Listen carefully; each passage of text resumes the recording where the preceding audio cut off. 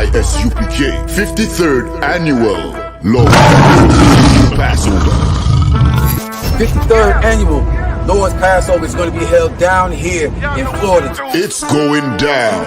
You're here tonight to get a chance to be righteous enough to be worthy of God. Come on, to save you and your That's right. It's going down. The Lord's 53rd Annual Passover. When we say we no cowards, we stop that business. We no cowards up in here. Book your hotels now at the Holiday Inn Express and Suites, the IHG Hotel, 301 Tucker Lane, Cocoa Beach, Florida, 32926. Here's a lot of men down. You dealing with the men of war. We at war. I sided with the Lord. Y'all see this? Comes with all your dishes, pots, and sports knives. I kind of like this. This is like an apartment in a hotel room. You know what I mean? Yeah. This here right here is about to be holy ground. It's going to be holy ground. All our beautiful, wonderful brothers and sisters from all over the world. You understand? We can boast that now. Brothers and sisters coming not only from every state, but from all over the world. I heard the numbers this year is ridiculous. We had to buy out the whole hotel. Friday, April 15th at the Space Coast Convention Center. My camp undefeated. You cannot debate. You just want the clout. We just want the grace. I'm just trying to get it. This is going to be glorious.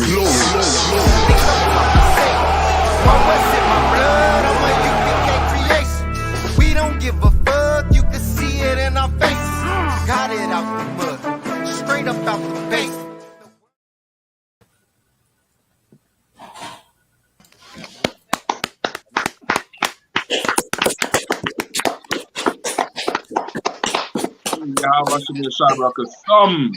How about Shema Shabbat Shalom? Yeah, I mean, we back once again. Saturday night, we're gonna get it in. You know what I mean? We're gonna get it in again. We have a few heavy hitters and guests in the house. We have Bill Captain Kahan, the ruler of the South. Yeah, I mean, the king of the South. Yeah,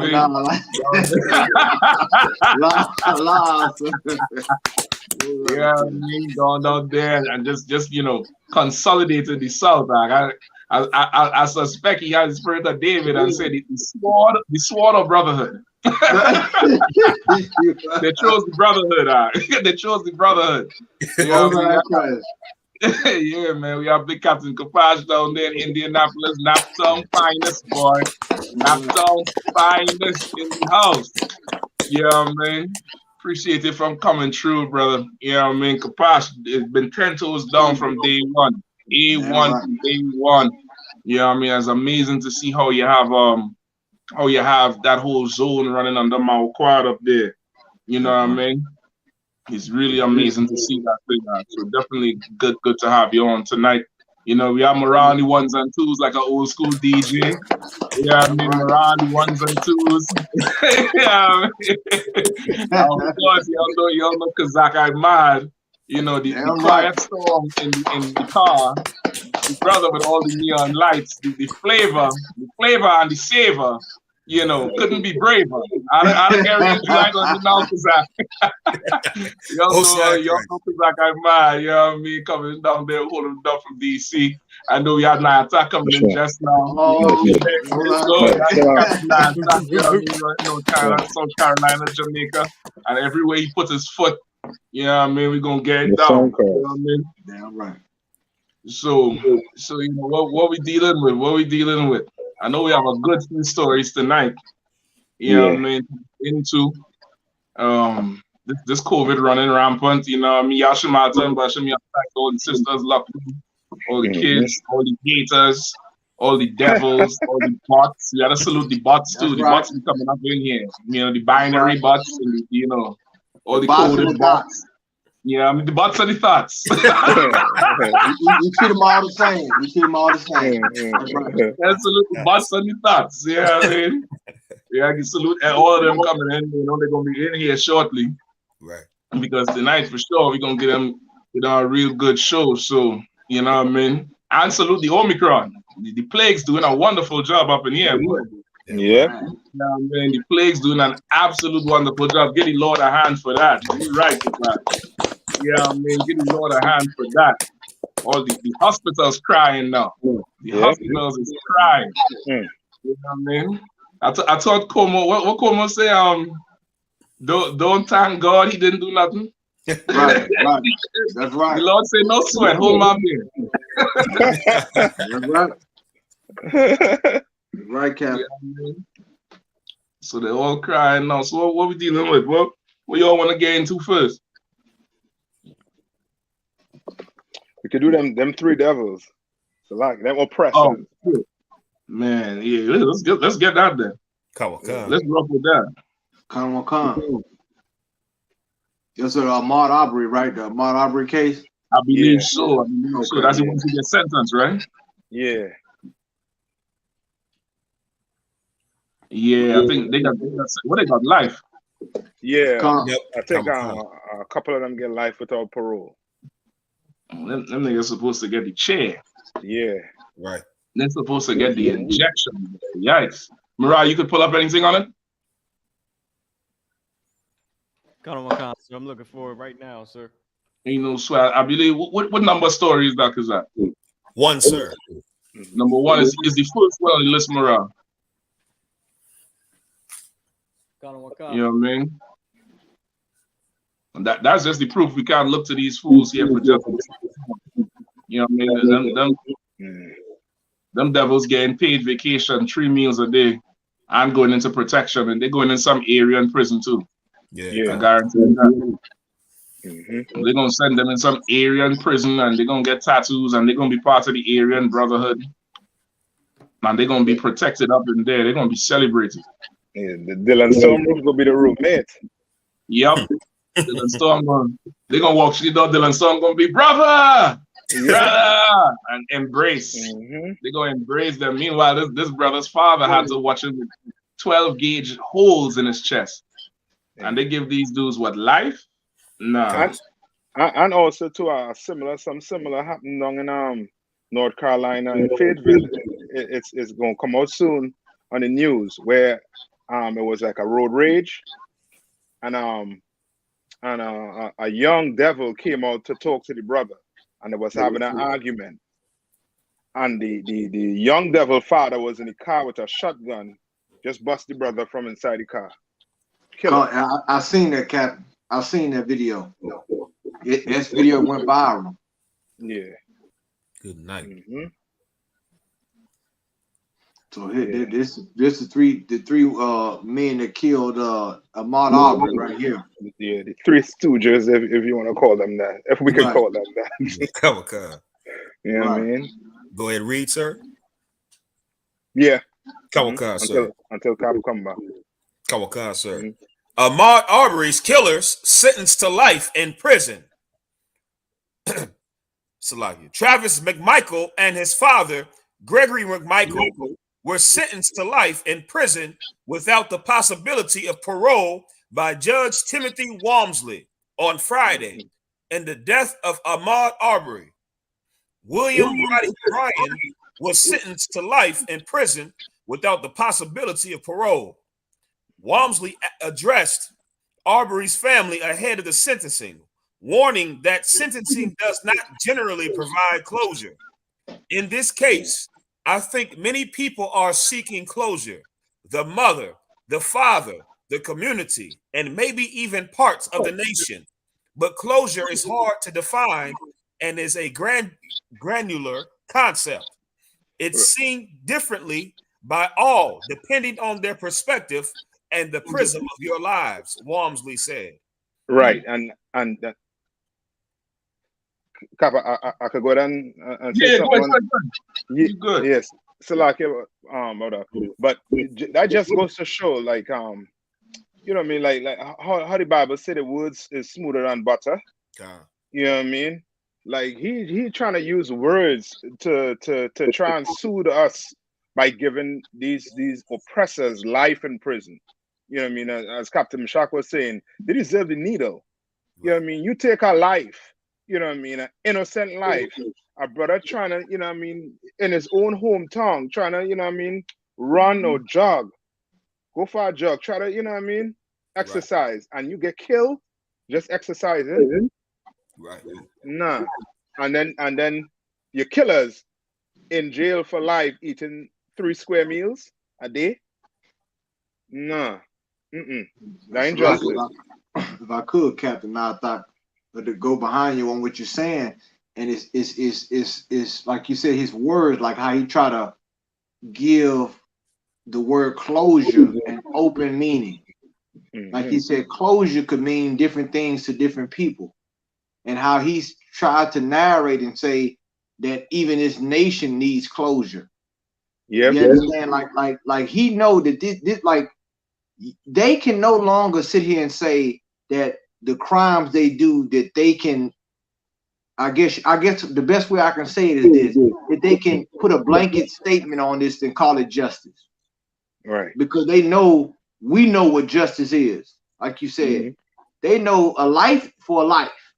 Yeah. You understand? That's a fact. That when they hold up those scales up in that courtroom, that statue of that woman being blindfolded with the scales of justice, it has to be a fair balance. Yeah. A life for, in this case, 3 lives, because 3 lives took 1. Yeah. And they all were accomplices. You know what I'm saying? They all were a part of this, man.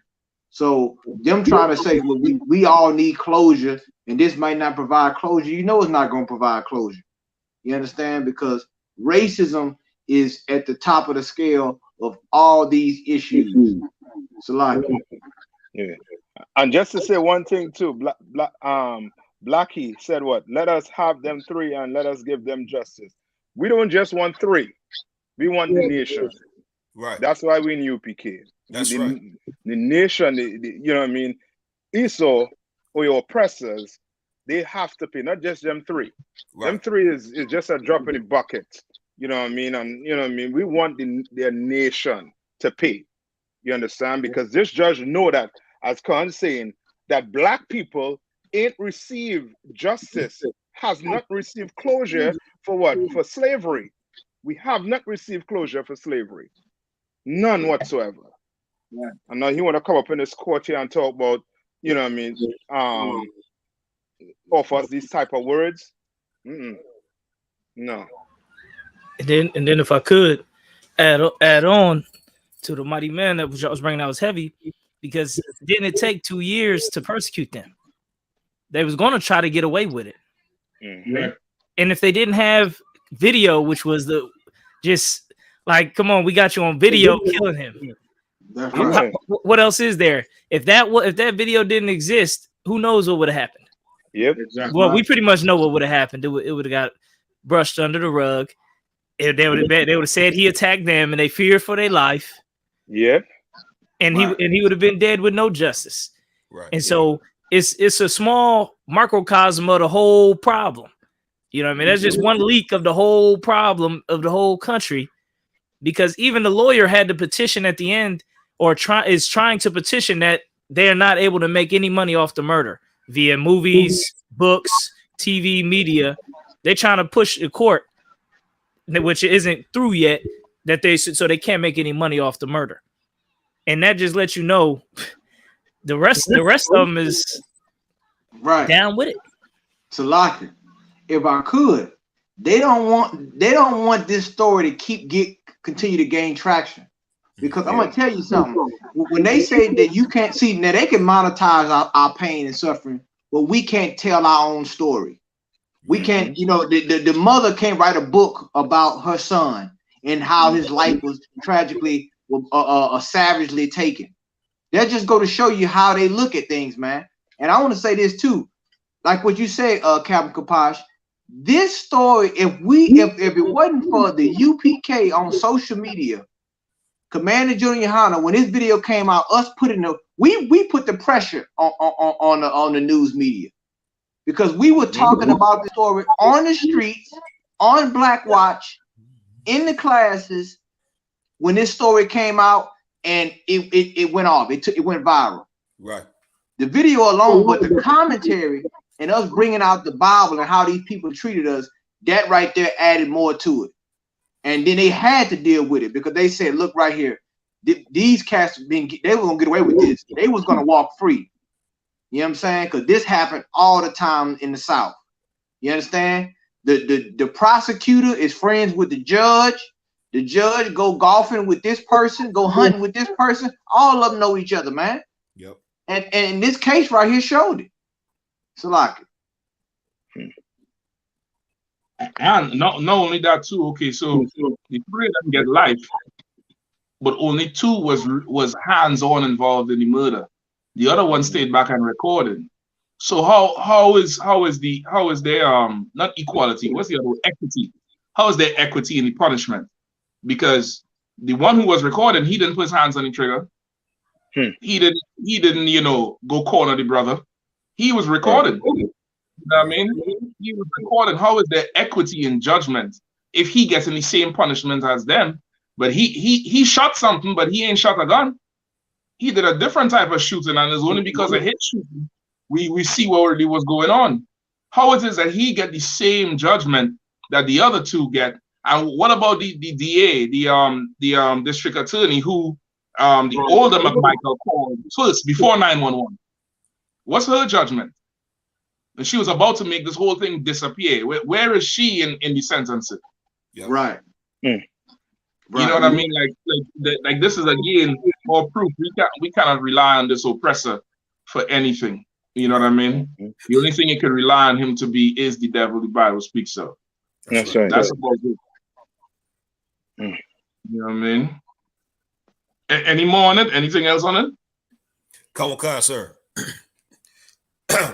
A jury consisting of 9 white women, 2 white men, and 1 black man found the men guilty on a raft of charges, including felony murder in November. Here's what else happened in court Friday. A minute of silence. Walmsley called for silence for 1 minute before moving forward with the sentencing. That 1 minute represents a fraction of the time that Ahmaud Arbery was running in Satia Shores, he said, before going silent. The chase of Arbery occurred for about 5 minutes, the judge said. Once he resumed speaking. When I thought about this, I thought from a lot of different angles, and I kept coming back to the terror that must have been in the mind of the young man running through Satia Shores, he said. Arbery's mother says her son's killers did not deserve leniency.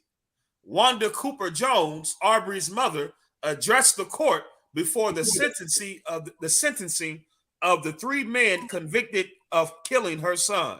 These men have chose to lie and attack my son and his surviving family.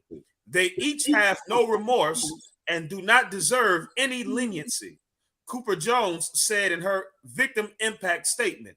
They chose to treat him differently than other people who frequently visited their community. And when they couldn't sufficiently scare him or intimidate him, they killed him, she said. See? And she's so right about that. Like she give you a whole breakdown of you know, a step by step of how the lynching goes. Like if they can break you with the scare, to put the scare on you, then the next step is to fully take your life. Even Marat, see if you could find this video. There's a video where the 911 the sheriff and them show up. You know, I mean, if it's too graphic, we could skip it. But there's one where the sheriff and them show up, and they're talking at the side of the ambulance, and the female sheriff telling the other two, this is where their body cameras were still on. She said, yeah, that's murder. That's murder. Because that young boy was wearing their ass out. He was wearing their ass out. Like she said it. It means, as the mother just said, it's like, you know, they hunt him down, they break him down, and because he wouldn't, you know, bow to them or, you know, yes, massa, and, you know, act all scared, because he would stand up, which is what they, you know, as a society, the spirit, that's what they hate. They hate to see Jacob stand. Right. They're accustomed being that strong wild man who go out into the field and hunt and conquer. And you come back home and Jacob being that plain man in the tent, Jacob can't have no strength in him. You look at Jacob like he weak, like he, he a homebody. He inferior. But Jacob, if Jacob stands and talks, no, that's it's too much for them. Right. It's too much for them. And now that Jacob had to go. Yeah, that's it, bro. That's it right there. If you could play the audio on that, she tell the other cops he was wearing their ass out because she watching the tape how he fighting even though he shot. Right? I think it's after this. It's after she talked to them, she walks over close to the ambulance or the fire engine, whatever it is, and she's speaking to the other officers who did. Or maybe before then. The father and son are accused of chasing Arbery in their truck through the neighborhood. Greg McMichael tells police he saw Arbery running through the area. He tells them he grabbed his gun and asked his son to grab his shotgun. If you could get the audio from this tape, because it's body cam tape. That's it. The woman who one of the woman officers who there is on her body cam where she say he was wearing their ass out, meaning he was putting up a fight. The young boy was fighting, and then she said, "This murder is nothing but murder." You know what I mean? And if I could, what you bringing out as heavy out of wine is also this. Let brothers also need to know to watch out. You're gonna have to watch your back. You're gonna have to walk more circumspect, because the same thing. This is the same scenario that happened with Trayvon Martin, and Commander GEN.YAHANNA said after Trayvon Martin happened that this is gonna happen again and again and again. It's gonna keep happening.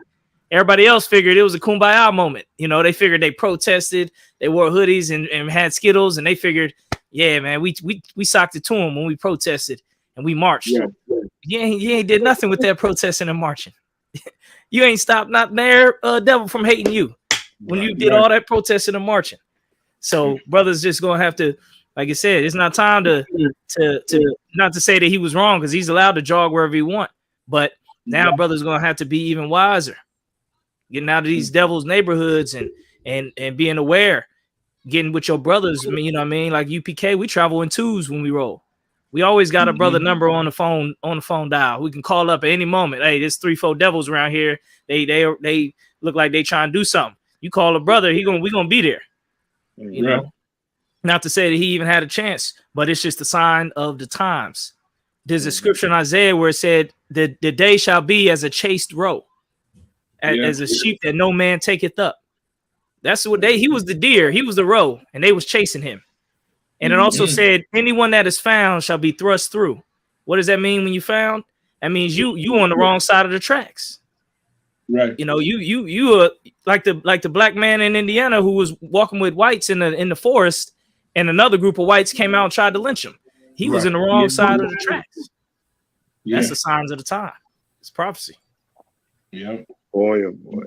Right. It's more, as you say, it's more time for us now to really sort of find them, sort of bring them sanctuary cities down, move closer in, and above all, get with the Lord. When the Lord had to be on your side in a situation like this all the way through. I believe this is it here. Voluntarily, his house is right over there. He's willing to go to headquarters and talk to whoever. Okay, that's fine.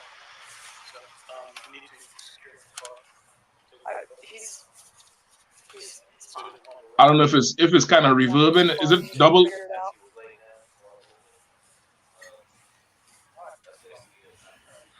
Moran might have to mute his mic. All right, actually, if you'll pull your wallet and let me hold your ID real quick.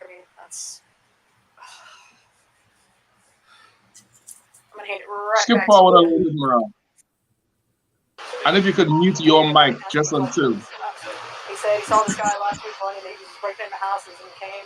He started running up to him. He told him to get back. He kept telling him to get back. And he came. He hit him a few times on the face and then he shot him. Okay. So. And he's got a bruise starting to swell. Breaking into houses down here a few times. The homeowner. His dad is over there. It's Greg McMichael. Yeah. Do you have any water in your car? The trunk, maybe. So he's like, do you have any water? I'm like, I don't have any. Well, I don't have anything in my car else either. Do you have any water? I was about to ask if we clean them up. No, but you can give him some water to drink if you want some. Oh, yeah. Cool. You don't have that kind of water? Okay. I can't believe none of us have water. I don't know, man. If you can skip forward, you can find it. If not, we probably just move on for time's sake. So if you want, But it's somewhere on this tape they can here. yell at me about that. That's fine. So, and as soon as somebody more important than me says that you can fully clean up, we'll let you fully clean up.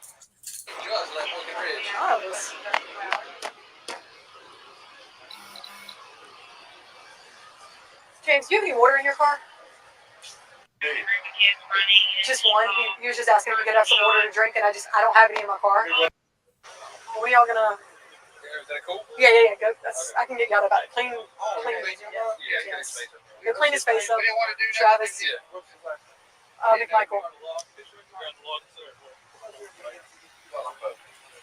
Let's try to treat a murder right now. Right. Oh man. And if I could, you get pulled over on the side of the road, you getting in handcuffs and putting on the ground. Yep. For a headlight. But he didn't kill somebody. They walking around with him. He's free. He got his hands open. They're washing his hands of the blood.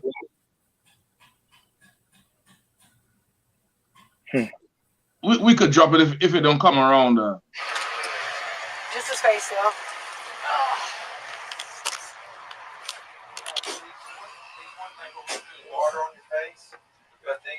Yeah, it's definitely not here.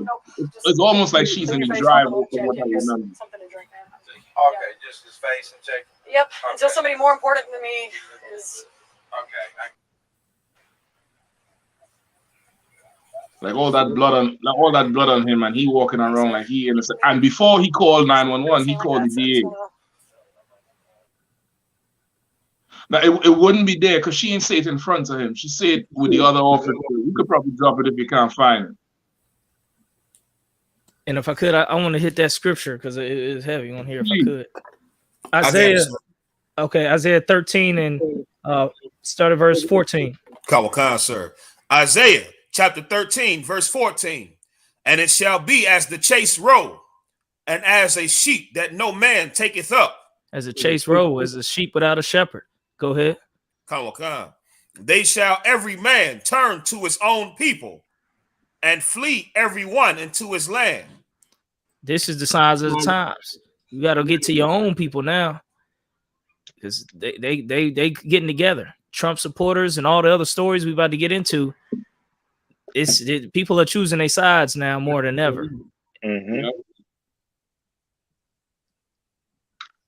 And how much more it's gonna take? You know what I mean?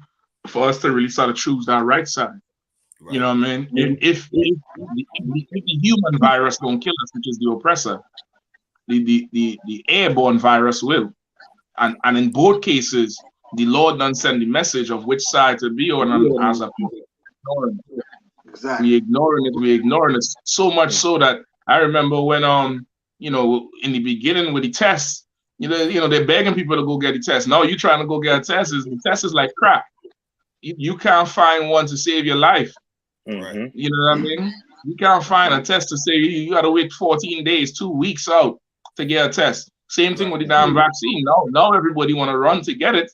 Everybody who was, standing on the square before with, you don't know what they're putting into your baby cells are going to alter your DNA. Right now, a nigga don't care if he turn into a frog tomorrow.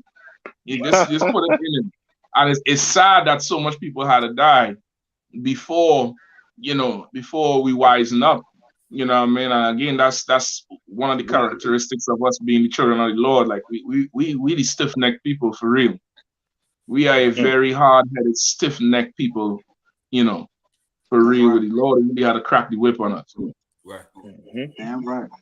If I could, Cap, like going off what you're saying about how it's we in these times, man, we gotta, and like what Captain Kapaj said also, gotta walk circumspect, man. You know what I'm saying? Because for sure, it's definitely you still an enemy of the state. You know what I'm saying? You think you a citizen of this place, you are always a potential enemy of the state. Yep. And like Captain Mashak talking about this virus will turn racial any day. Any day they'll turn this into they'll use the race card on the virus. You understand? Mm-hmm. So you have to walk circumspect, and really you got to come in these gates, man. You know what I'm saying? You got a lot of George Zimmermans out there. You understand? A lot of Michaels and all these people, they out there. You know what I'm saying? And when we telling you, brothers, you're gonna get righteous counsel in here and on knowing how to move. You understand? Like if you serve the Lord gonna be on your side when your enemy come against you. What do you say? That I'm gonna be an enemy under your enemy. You understand? So the next George Zimmerman, he gotta be careful because the Grim Reaper, he wear a hoodie too. Right. You understand? So you don't have to worry about that if you standing with the Lord. You understand? If you know how to move and you got righteous count, what the Bible say, in the multitude of counsel, there's safety. A lot of you act a fool during this so-called New Year's. You act a fool during this so-called Christmas, which days we not even supposed to celebrate. Right. In the year of our oppressor, the so-called year 2022. You ain't supposed to be doing that. But you out here walking around like there's not a war going on. There's a war going on out here. You understand? A physical war, and the war that we fight is the spiritual war, spiritual warfare. You understand? So you need to understand it ain't time to play. You understand? Because for sure it's about to ramp up. Make no mistake about it. What you see going on, Captain Nathak just brought out a story that, you know what I'm saying, about what happened in the Carolinas. This is going on 24 hours a day, 7 days a week. You understand? So, Salaki, I just wanted to bring that point out. Yeah, that's for sure. You're so right. Alcohol, like you always like to say, like there's a war going on and we behind enemy lines. But yet still we walking around like we the children of the people, of the citizens, like we citizens. And it's the most ridiculous thing to do. Imagine war going on and you the enemy, you stuck behind enemy lines. But you walking around like, like it's recess time at school. Exactly. You know what I mean? And we get taken. Totally taken. If I could get one scripture too. Anybody else want to jump in real quick? I just wanted to say one thing, Cap. When they look at this video, like you saying, look at that. Look at him on top of that truck. That's a military strategy. He took the high ground. When they hunted that brother down, you had one on the ground fighting him and one on the back of the truck. Right. That was a military tactic. You had the one that shot was from the truck. Am I right, Mashak? Yeah. Yep. Almost like he was getting orders from behind the truck. Exactly. So that right there was strategic right there. So it's like. Yep. You so right. And once again, like how I don't understand how is it that the three of them get the same sentence? If there's one on the trigger, one right there organizing, the other one filming. How is there equity in that? Like what is saying they all conspire to hunt him and that's all it is? Like somebody out of that. I think they is saying he was with them, like they were all together. So that's why he was even recording. With them. He for sure was with them, but goddamn, still though. You know what I mean? Like okay. He ain't literally got blood on his hands. The other ones did. And I'm don't get me wrong, I'm not making a case at all for the one who with the video camera. Still no mercy. But I know for sure if it is that they raid one of our homes for something, the newborn baby suffering. But the newborn baby ain't going to jail like everybody else. You know what I mean? They go into some foster care or something else. The grandmother might go into something else. You get the point? The punishment would be, they would put it in a certain way for us. But somehow for them, it's just blanket and everybody just get cared together.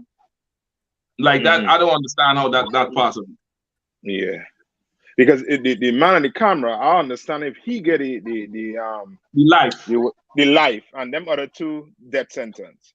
Yeah, that to me is more, that's equity to me. That's the punishment matching the crime. Yeah. That's what that is. But if I could get Revelations 18:4. Come on. Revelations chapter 18, verse 4. And I heard another voice from heaven saying, come out of her, my people. Right now, of course, that voice from heaven, John the Revelator, he ain't the angel of the Lord. But right now, the scripture says, wisdom cried out into the street. And Commander GEN.YAHANNA been screaming on the streets, and all his soldiers leave America behind, separate from her.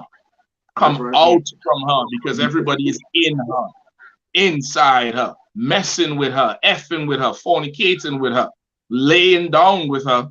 And because of that, you laying with the dogs, you're getting bitten by the fleas. He's saying, come out of her, my people.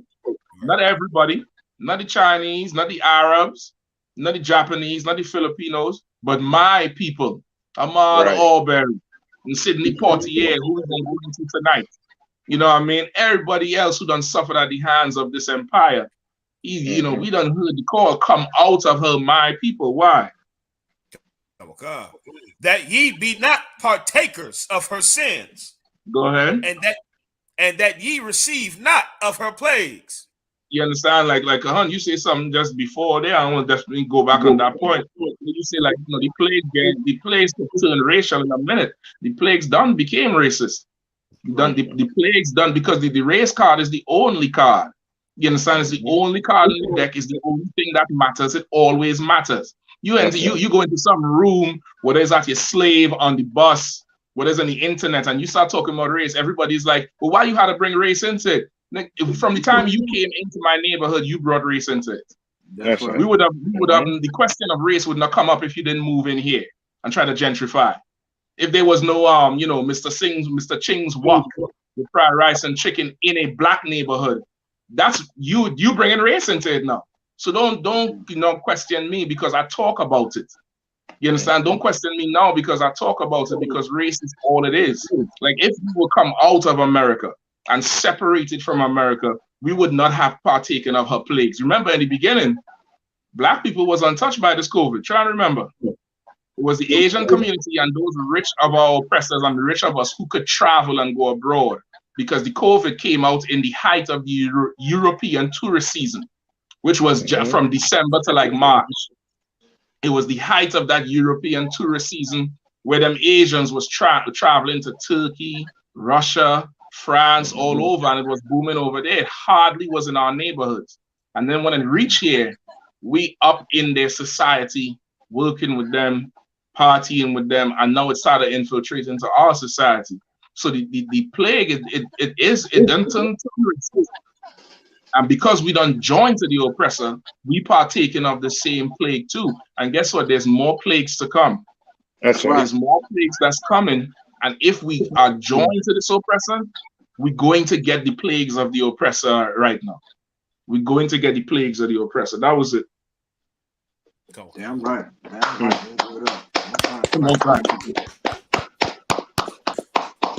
All right, where we going next? I want to get a good half hour, 45 minutes from my boy Sidney Poitier, boy. I want to do a thorough autopsy on Sidney Poitier. Salakia. Y'all mightn't like me after this one. I'm gonna try my best. Yeah, man. I'm gonna try my best. You know, y'all know I had a tendency to be smooth like a rough stone, but I'll try. I'll try. I'll try. Yeah, I mean. So where we going next?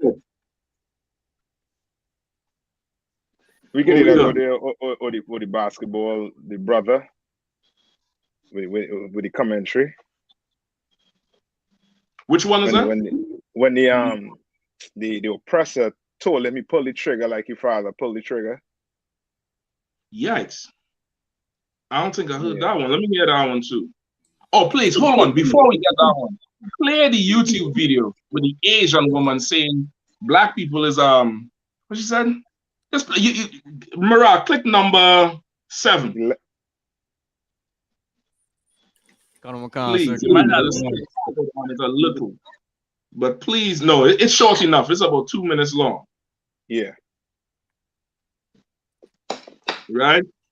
So now, as we're just talking about the plague, you have this Asian woman, Moab or Ammon, I ain't sure which one, you know, Mammon, saying how they need, the Asian community needs protection from the contamination of black people.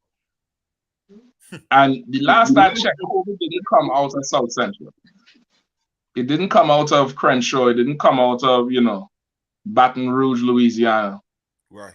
You know what I mean? It didn't come out of Kissimmee. It didn't come out of, you know, Brixton. You know what I mean? It didn't come out of Trenchtown, Jamaica. It didn't come out of,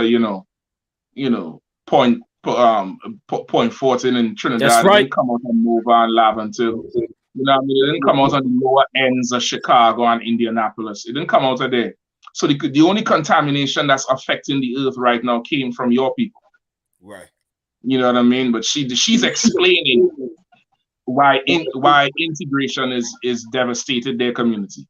You could run that real quick, Mara. Kind of one gun, sir.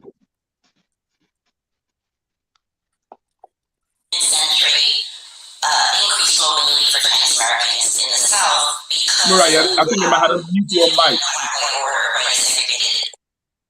My mic is muted, sir. I'm not sure. You might be. Damn, why is it echoing like that? The original video was like that. Maybe you could put closed caption on too. We could read what she's saying. Okay, no sweat.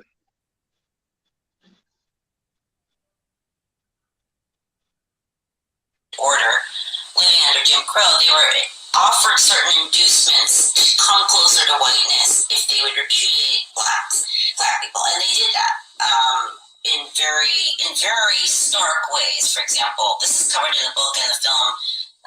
That's the wild Mariah. You ain't gotta mess with it no more. And the film was called Mississippi Triangle.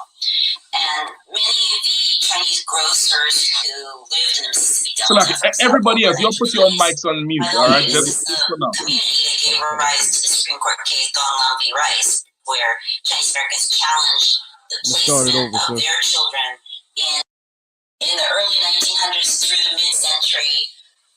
Increased mobility for Chinese Americans in the South because of okay, Mariah, again a double speed now too, since everybody mic is on mute.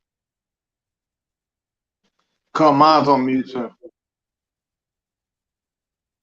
I could put mine's on. I got mine's on mute, but I can mute it in the studio as well. Yeah, you might have to mute it in the studio and play it through the computer. That might be the echo. Go ahead and try. Living under Jim Crow, they were offered certain inducements to come closer to whiteness if they would repudiate black people, and they did that in very stark ways. For example, this is covered in the book and the film. The book of Slack, play it over one more time from the beginning now. Mississippi Triangle, and in the early 1900s through the mid-century, increased mobility for Chinese Americans in the South because of living in a black-white order, right, a segregated order, living under Jim Crow. They were offered certain inducements to come closer to whiteness if they would repudiate black people, and they did that in very stark ways. For example, this is covered in the book and the film. The book of Mississippi Chinese, and the film was called Mississippi Triangle. And many of the Chinese grocers who lived in the Mississippi Delta, for example, in the 1920s, by the way, this is the community that gave rise to the Supreme Court case GEN.YAHANNA v. Rice, where Chinese Americans challenged the placement of their children in so-called colored schools, and because they wanted to be able to go to school with whites. And their argument, very dramatically, was we Chinese people, being pure Chinese, deserve protection from the contamination of blackness as much as you white students do. That's why we should be able to go to school with white students. So they failed, but they subverted this by just saying we refuse to go to the contamination of blackness. I mean, if we sound like we color out something, like, that's why we should deserve protection from the contamination of blackness as much as you white students do. The contamination of blackness. We should be able to go to school with white students. So they failed, but oh, Eddie Murphy, brother, what we call them darkness. As much as you white students do. That's why we should be able to go to school with white students. So they failed. Pure Chinese deserve protection from the contamination of blackness as much as you white students do. That's why we should be able to go to school with white students. So they failed, but they sort of subverted the decision in the Supreme Court by just saying we refuse to go to school with black children, so we're going to form our own schools or go to religious schools, etc. Okay, so this was the community that gave rise to that case. And many of the grocers had married black women and had children who were biracial. And the white school boards, the white leaders in the town were quite explicit in the Mississippi Delta. They said, if you repudiate your black kin, we will allow you to come closer to whiteness. And that's what many of them did. Not all of them, but many of them did. And this was why they experienced, the Chinese American community in the Delta, significant social mobility, like up through World War II and just past. Salaki, if I could, Camera Shot.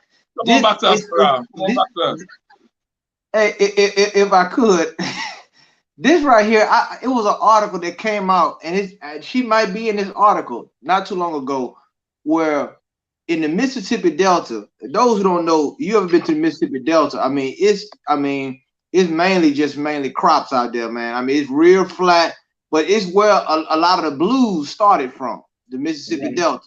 A lot of the sharecropping was in the Mississippi Delta. But there's an article that came out recently, and I think she might be tied to this article, where Chinese people in the Mississippi Delta said that now it's time to speak out about racism. And now in 2021, it's time to speak out against racism. I mean, and we told you, the UPK taught you, Cameron Shock just brought it out about the race card, that there's a racial caste system in America. Yeah. And that the Chinese and the Japanese, the Asian community, are the model minority. Yeah. We told you that. You understand? And now you're hearing it from themselves, out of their own mouth, show you that you have no allies. Your only allies are your brothers and sisters on that 12 tribe chart. You don't have no allies. These people here sit and watch you get cut out of economic opportunities in the Mississippi Delta. Meanwhile, they were able to thrive. You understand? They were able to watch you get lynched, and they look the other way. Yeah. You understand? And these same people say that you were going to contaminate their culture, and they looked at it that way. But brothers and sisters, we now need to be racially quarantined. That's right. From the other nations, which is why the Lord called us a holy people.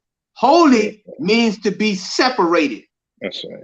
Not integrated or assimilated, that's all it really is, assimilation that you've been given. You understand? Because these nations didn't give you rights. You understand? They gave you tolerance. They tolerate you. Another nation can't give you rights. That's right. You understand? Your God, your deity gives you rights. That's right. You understand? He decides those parameters. But these Chinese people sit right up in there with that Buddha statue and talk about all these principles of Buddha in the Mississippi Delta and watch you get destroyed. Right. Just to get close to white people. Yep. That's it. Yep. That's right. You're right. Go ahead. So like go ahead. With the contaminated rice and nasty fry wings in the black neighborhood. And if I could, just let you know that time is short. We ain't got much time left in this thing. You know what I mean? We getting towards the end. You know, now the Asians want to jump in the race thing when the Asians always been dependent and leeching off of the black community. When they shot that black girl in LA and the blacks tore down the whole city of LA and the Koreans, you understand? We tore that down. They wanted to come out with the movie Rush Hour right around that time so they can make blacks and Asians back friendly again. You had Chris Tucker and Jackie Chan like, oh, I don't want no shrimp fried rice, making jokes and trying to make blacks and Chinese back cool again because they leech off the black community from the hair stores, from the restaurants, the nail spots, their whole economy of their Asian countries come off of a portion of the black community here. So, you know, it's only a little bit of time left. It's time for brothers to get right. You know, that's right. That's about that because even in Salaki, go ahead, Nathan. No, I was just gonna let you know. I put the tape that you was talking about in the private chat with Ahmaud Arbery. Mara, just check it. It's in the private chat right there. It's in the chat. Mara, just look at it and see, and he'll tell you the time in there too. 2 hours. Yeah. And Kapasha you bringing out is right on point because remember, okay, she explaining a historical moment for them, right? She ain't saying like this thing is something that started now.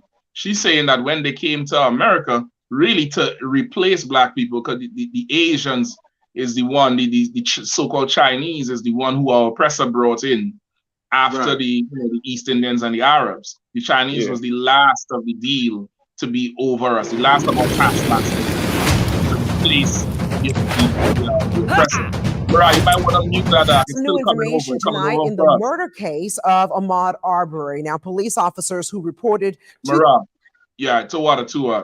now she's saying that when they came in the early 1900s, the oppressor put them in our community. And they're saying, well, why are we here amongst these Negroes? Why is our children had to go to school with these Negroes and be contaminated? What they didn't understand is the oppressor put them there to oppress us. But they don't have, at that time, they probably didn't have that appetite for the oppression. They wanted to be separate. And that's when they decided they wanted to go form schools of their own to make them closer to whiteness. Meaning they wanted to show the oppressor that we are not with them. We're not part of them. But as the general always teach us, the only way you could show America that you are part of America is to be cruel to Blacks, Hispanics, and Native Indians. Like that's the sure way to be a patriot. That's the sure way to prove that you bleed red, white, and blue. That's the sure way to show you salute the flag, to prove your allegiance. You don't have to know American history.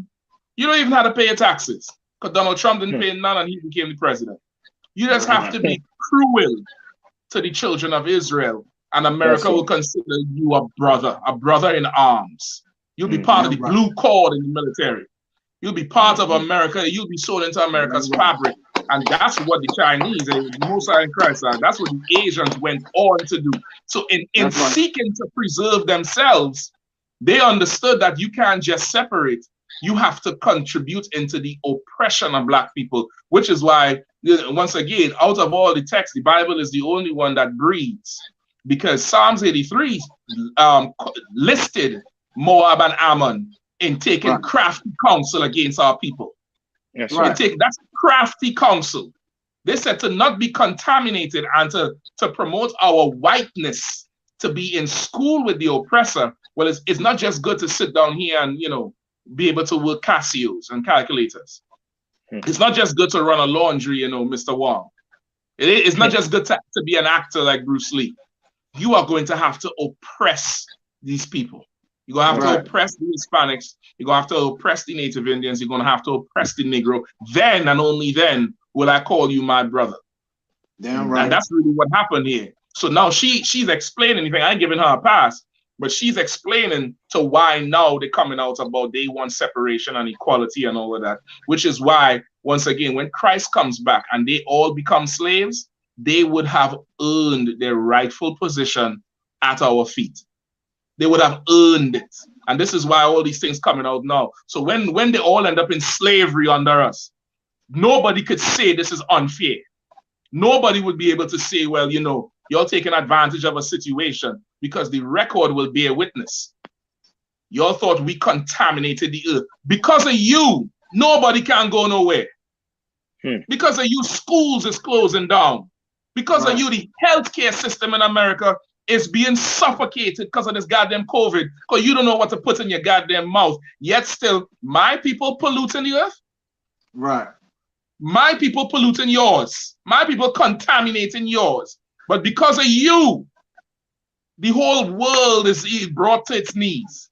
That's right. This is absolutely crazy, man. Like Christ needs to come quickly and enslave these oppressors, man.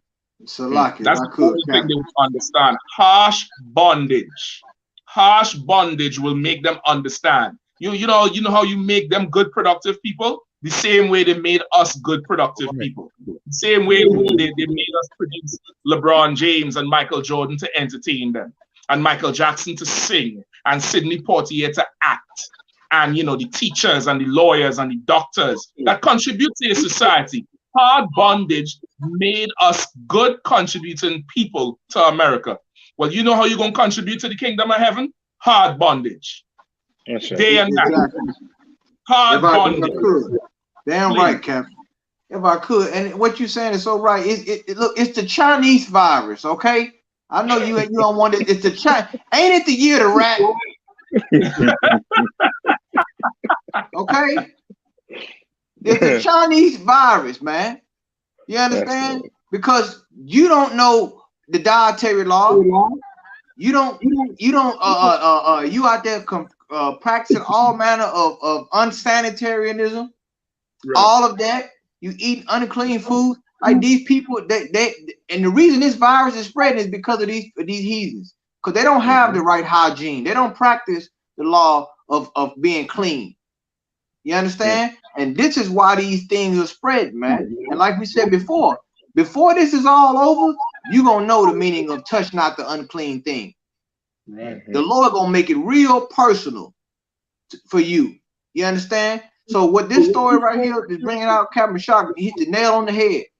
You understand that when the Bible says they are confederate against thee, yeah, the Confederate flag, but these other nations also. They also a part of those stars and bars. They are confederate against you.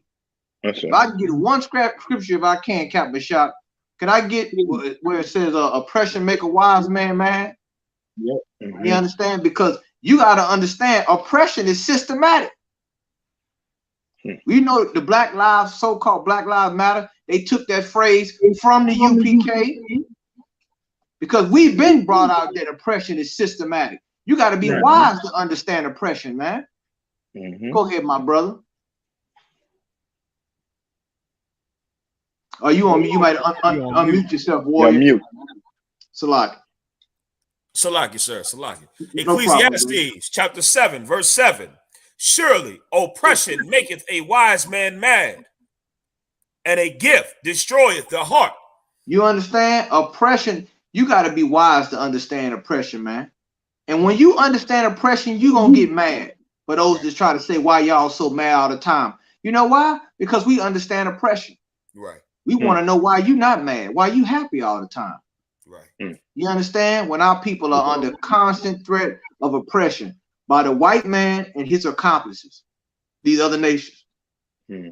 A gift, and why does it say a gift destroyed the heart in that same thing? Because guess what? All gifts ain't made to be received.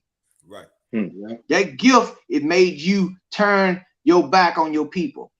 It destroyed your mind, your heart towards your people, your heart towards God. Because you take a consolation prize or a nigga trinket or a fortune cookie. Yep. That's what the hell you done took. That's right. You understand? So these other nations, they're gonna get exactly what the Lord got coming for them, man. Because they know they look, they got all the books and all the writings on all this stuff. They was around in the Delta when we were being lynched and oppressed, and they saw it and they did nothing. They didn't contact the Chinese embassy and say this going on down in the Delta. They looked the other way and got paid. And that just go to show you, for all our Hispanic brothers, our Latino brothers, our brothers in the Caribbean and sisters in the Caribbean, it show you how they streamline citizenship. They can make a citizen who they want in this goddamn country, this godforsaken country. But they show you how they pick and choose who they want to make citizens. They pick and choose who they want to give citizenship to. Them damn Chinese can't speak a lick of English. That's right. And they come over here and they get businesses and they get grants and they get all kind of federal and state funding over the top of you in the Mississippi Delta. Right. And you want to know why we upset? We want to know why you ain't standing over here with us. That's right. Or is it too busy you trying to get closer to whiteness? Trying to get closer to the whiteness. But listen, everything we covered so far, that's gearing me up for that Sidney Poitier. Listen now, y'all gonna have to stop me. Stop me if I'm going too far, please. But that thing going right into it, because as you rightfully say, Kahan, who knows if they probably took part in the lynchings. Right. Not just standing by and watching it like today. Just think like today. You have the Asians, they will stand by and watch it, and then they joined in. Like the store owner who shot the sister in the back in Watts. I forgot the girl name. What's her name again, Kazak? Latasha Harlins, sir. Latasha Harlins. You understand? Just like the other one down there in Oklahoma, the cop who was raping them women, Daniel Holtzclaw. Yeah. He's an Asian. He just have a German name.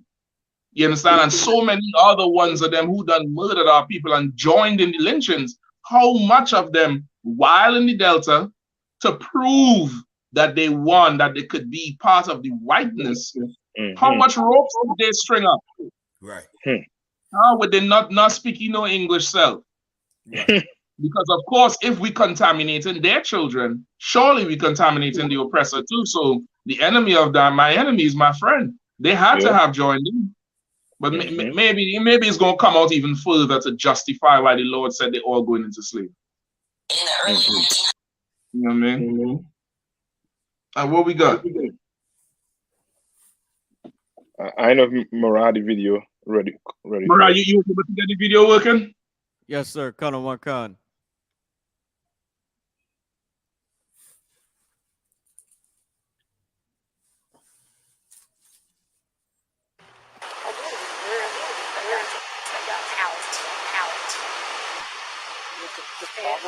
You watched the video, didn't you?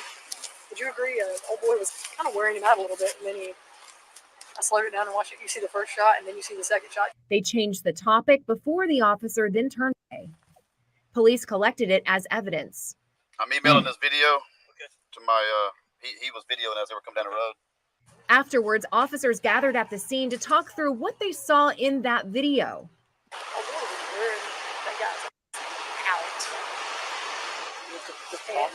You watched the video, didn't you?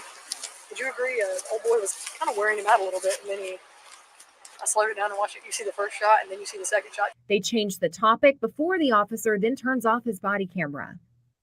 See? Jackie Johnson's direct influence. I'm emailing this video to my. So now she telling me exactly what she saw, which is what it was. Like they had to weigh him all the way down, which means he fighting back, he put another fight, and now they had to turn around and murder him because, of course, he wouldn't just lay down that they walk over us, which is as the scriptures say. It's not just enough that we be in service to them. They want us to lay down that they could walk over our bodies, like we willingly become their mats once again, because he's such an inferior people, our oppressor, and we are such the Lord's people. We are such the Lord's people. We superior only because of the Lord, nothing else. There's nothing else about us that makes us better than him, or else we would be on top of him without the Lord. We are the Lord's favorite child, the Lord's favorite son. We're the Lord's, his pick of the litter. And for sure, that rough man from the field, he cannot accept that. You know what I mean? Judgment will come shortly. We could drop it, we could move on too. Cunning will come. All right, what we got next? We wanted the basketball. You said the basketball one, right, sir? Yeah, we could try the basketball one. Okay, come on, sir. Trash. Slacky, sir. Which number is that, sir? If I may. I think it's number 2. 3. No, not number 2. Number 3, right? Come on, sir. 3. I think it's number 3 on the list. Don't forget you all like, share, and subscribe. Share this everywhere. Subscribe to the channel. Like the channel if you're on Facebook. Like and follow the channels. Like and follow the pages. We have Passover coming up. This year we're going to be down there in Florida, down there in the boot. You know what I mean? Down there in Florida, bringing it in. The Lord's 12 tribes of Israel. We're going to be keeping that Passover. Celebrating how the Lord stepped in for us against our enemies who plotted to destroy us, just like how every one of them plotting right now to destroy us. You know what I mean? Come on down, break bread with your brothers and sisters, man. They're coming in from all over. That COVID ain't stopping us, man. Lord willing, that COVID ain't stopping us. It ain't stopped us last year. Lord, oh Lord, don't stop us this year again. We monitoring the news and taking every precaution and every procedure necessary. I don't care if they tell me I have to graft a frog to my back to escape the COVID. I'll come in there saying, ribbit. I mean, if that means I get no COVID and I get to go to the damn Passover, I suggest you do the same. Do whatever it takes as is commanded by the mighty Lord, and this time here commanding GEN.YAHANNA. Whatever he say to do, you follow them protocols, man. It damn near feel, y'all correct me, y'all tell me what y'all think.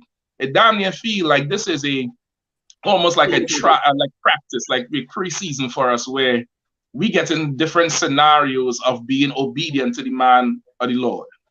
Just like how it was in times before with Moses Ezekiel, Joshua, the Maccabees. You know what I mean? Like there was a series of events of do this, do that, and you started seeing who's going to follow the Lord and who's going to follow themselves. That's You right. understand? This to me, I'm seeing it. It's like this is the beginning of it, and it's so subtle where this is the Lord because it's subtle. It's not forceful. It's not a forceful thing. This is the beginning where who will hear my voice, and it's more things is gonna come. Like if the nation split over a vaccine and a booster shot, what's gonna happen later on when you're required to do more, give up more in your mind? You know what's going to happen then? Like you got to realize the time we living in, man. You got to realize the time we living in. You know what I mean? Moses tell them collect the blood and put it over the door when it's in our law to not collect blood. That's right. It's in our law to not collect the blood. Moses said collect the blood and put it over the door. Now go take the vaccine. It's not against the law to get to get a medical shot. That's not unlawful. But what is unlawful is that lifestyle you're living. Right. That's why you're sick now. That's right. Hey, sorry, go ahead, Cap. Salaki Misha, I ain't gonna feel good until we hear that where you say about that woman. It's the same video Mara have. It's the second minute, 38 seconds. Okay. That's where she said you could hear her saying it was murder. It was murder. Yeah. Salaki, go ahead and we'll come back to the video. Well, no, I just wanted to say, Captain Shock, what you're saying, that's what faith is in the Bible. A lot of these Christians don't understand what faith is. But sometimes faith has an element of desperation. And that's why it's the evidence of things not seen. Right. You understand? The substance of things hoped for. They don't understand faith. And the Lord, He's going to prove our faith in these times, like what you're saying. So it's definitely a forerunner on what things to come. And like I said, those who don't have faith, hey, you're gonna be a rough one, you know what I'm saying? But here we follow the men above us, follow the counsel from the Lord. You understand? And that's what we do. And a lot is gonna seem strange in these times because we living in strange times. What you said, Captain Shock, it's definitely in the spirit. I'll see the same thing. So like that's right. Yeah, you found it? I'm going to it now, so I got it. Most sign credit. You'll like, share, subscribe, pay them tithes, man. That's pay right. Them tithes. Don't get stingy with the tithes now. You know what I mean? Pay them tithes, man. Get up in here, pay that Passover fund, $200 per person over 17 years and over. And don't ball at the price either, because you're spending $300 on them ugly Jordans and them gay red bottoms. Go ahead, Mara. Got on one con, sir.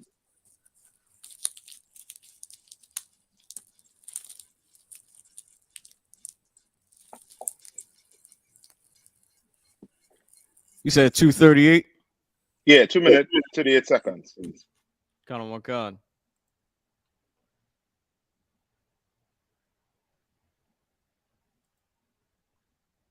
Another officer on the scene discusses how to share the load of the investigation, which she describes as a murder. This is a murder, but it doesn't matter to me however you want to do it. And then there's the cell phone video taken by William Roddy Bryant. Listen as officers try to make sense of Greg's story that day. That was it. It was just before. Just pull it back a little bit before. About doing this way, that way, yeah, that's a little bit weird. Haven't put that together yet. Another officer on the scene discusses how to share the load of the investigation, which she describes as a murder. I was going to say Baker unit because this is a murder, but it doesn't matter to me however you want to do it. You hear how she talking and a black man body on the ground? She dismiss it. Oh my She's God. like, yeah, I'm not gonna say it's a murder, but I mean it is a murder. But she's like, however you want to write this thing up, write it to hell up. You know, it is whatever. You know what I mean? It is whatever. And okay, I don't know how much of you all watched the case. I tried to watch a lot of them cases while they was going on at the same time. Was the Ahmaud Arbery one, that Rittenhouse one confused me, but that was a whole circus to get that oppressor free. That's a lot. That was I don't know what the hell was that in that courtroom. I swear they take a homeless man off the street and made him the prosecutor. Because he was about dumb as rocks. But I was watching some of it, and they were saying Ahmaud Arbery was alive for a portion of it, and had he got some help, it is possible that he could have been, you know, still alive. Like he was alive for some minutes after being shot so many times, and it has left him there. You know what I mean? So that's the whole you have a whole nonchalant way about us, you know, like you run over a dog. Yeah, like step on a cockroach. Yeah, it's nothing, you know. Yeah, I ain't gonna call it murder, but you know, I'm not gonna call it murder. I'm not gonna contaminate us with their blackness, which is once again, we had to touch Sidney Poitier. All you Sidney Poitier fans, you know, go watch, you know, in the Blue. Go watch all his good movies. And when he slapped that devil in the damn in the greenhouse, go watch all the movies now, because at 11:01, you ain't gonna want to hear about him no more. And if I could, and if I could bring out what you were saying, what you bringing out is heavy, is when you see that video, you see the complete disregard for protocol, the complete disregard for the detective, the evidence, the investigation. What kind of investigation is that? Well, it looked like a murder, but you know, whatever you want to say, that's how they investigate. And it lets you know when they try to say we need to change the laws, we need to change the police training, we need this, we need that. All that means nothing, because the cops don't follow the training. They don't have the training. They don't have protocol. Look at they just figuring out on the fly how they want to do it. When all the evidence is a murder, an unarmed person, 3 or 4 armed people. What's the story? They should be investigated for murder, but instead it's, I don't know. What do you want to say it is? What do you think it is? I don't know. What do you think it is? That's the cop. That's the investigation. It's a democracy. They had a vote on it. They had a vote on it, Kapash. It's a whole democracy. I remember, I don't know if you remember, Commander GEN.YAHANNA did a story on Forsyth, Georgia, which is a town not too far from this one here, you know, with the same type of spirit.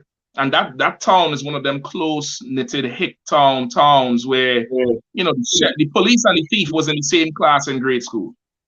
You know, the mayor and the sheriff, they all ate at the lunch table when they was 12. So of course they come together there like they come together after, you know, playing, you know, croquet or polo or mud fishing. They come together, however you want to do it, Paul. Well, go ahead, Jimmy. However you want to write it up. That's how they come together. They just have on uniforms. And that's why you see it as lack of professionalism. To them, this is just how we do things around here. Yes, right. Around here, this is how we do things. We don't call 911 first. We call the district attorney. You know why? Because the district attorney was in class with me. I went to prom with her. I seen her drunk last week, Saturday, when we fried that catfish. You get the point? Like that's this type of town right here. You know what I mean? So that's how they do it. You damn right, they're unprofessional as ever, which is more reason why they should have been put to death. They should have gotten the death penalty to send a message. And that's the problem with the justice system. The justice system forever crystallizes or cements in the oppressor's mind that we do not matter. And it cements in our mind that we don't matter either. So you count the cost.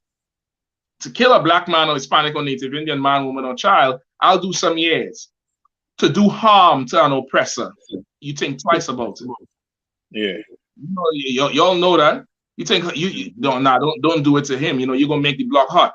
But to our own selves, the justice received lets you know your value. And that's just how life is. The justice that's received lets you know your value. And that's why we as a people suffer from so much PTSD and so much stress and so much depression and all these demons that plague us day and night, because we go through so much trauma. You know what I mean? Like General Katham, he's saying, she said it's murder, but I'm down with whatever you say happen. Exactly. Because that's just how they roll around there. You know what I mean? She's like, yeah, it's murder, but you know, this is a black man. So, you know, it ain't really murder. It's whatever you say. If you say he fall out the sky like an acorn, then he fall out the sky. Right. But once again, the value that's being placed, it lets you know why we are the way we are, why we see so much depression and suicide, because consistently we have to deal with different traumas and never ever get justice from it. Justice would drive away demons. Right justice, not just justice, but righteous justice drives away demons. Because when that trauma puts a demon on you, to victimize somebody, now you have to live with this thing forever. And justice will drive away that. You get the will to fight and get up and move forward and not fear that this thing will happen to you again, because a proper example was made to whoever, perpetrated this act against you. So you don't have to worry about. The Jewish man could walk through Germany today and he not scared. He ain't got no trauma when they cooked his parents in Nam ovens. Because examples was made of 89 and 95-year-old men. Till this day, examples are still being made of them. But me and you driving anywhere, we gotta watch what we dress in. That's right. We had to gas up before certain state lines, because we ain't stopping for gas in here. Because no example was made. So that demon is following you. That thing is following you. You're so right, Cap. No worry. Soon the demon of Yahushua will haunt the nations. That's right. That's what I want. I tell you, I want one of them big old draft horses, a black, jet black. I want black garment, black sword. I want the steel to be black. I want when I ride on that plantation, they say the nigger of niggers is coming, the blackest one. I want them to be scared and haunted like we are haunted by them. That's right. That's what I really want, because the justice we receive, it's immense how just, there's really no word. It's not even replaceable or invaluable, just how minuscule we are, how much of a fly on the windscreen we are. Salaki. Yes. And Salaki too. I want to, stick on this. We got to get here, Sidney Poitier. But brother, for you to think that slavery is over after watching this, you crazy. Yep. It was no different than a black man running for his life in slavery days and being hunted. You understand? Shot and killed and dragged back on the plantation. And like, what we gonna do with this? You know what I mean? Well, how we gonna write this up? You know what I mean? Like it's a mistake on a sheet of paper or something. It's heartbreaking, traumatizing, and everything you're saying, Captain Meshach, is right. Like that demon following us, like that fear following black people. Yep. You understand? Following us to this day.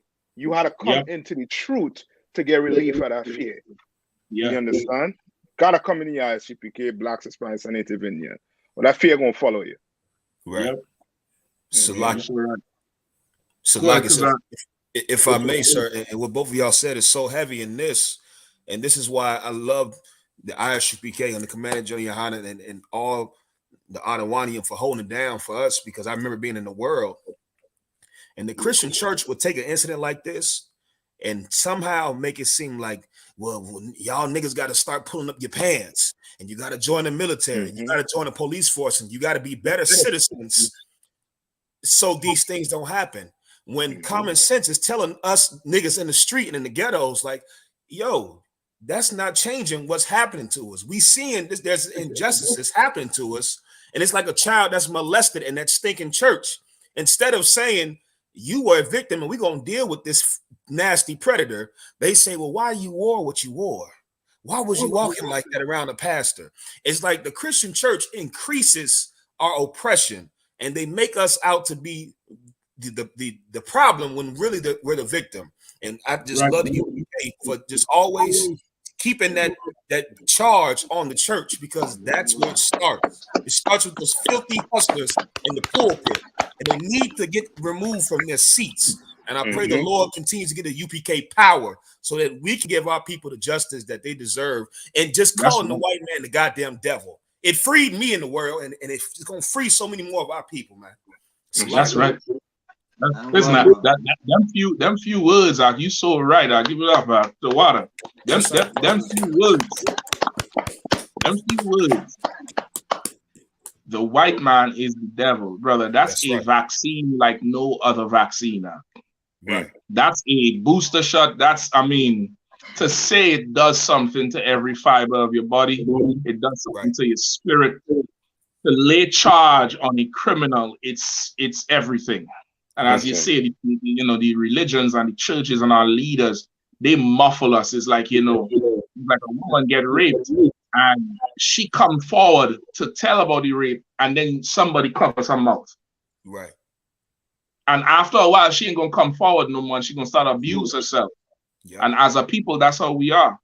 Right. They want to know why we angry, why we can't get together, why we hooked on drugs, why we kill each other, why we kill ourselves, why we do this, why we do that. Because when we talk about it, this is what you do.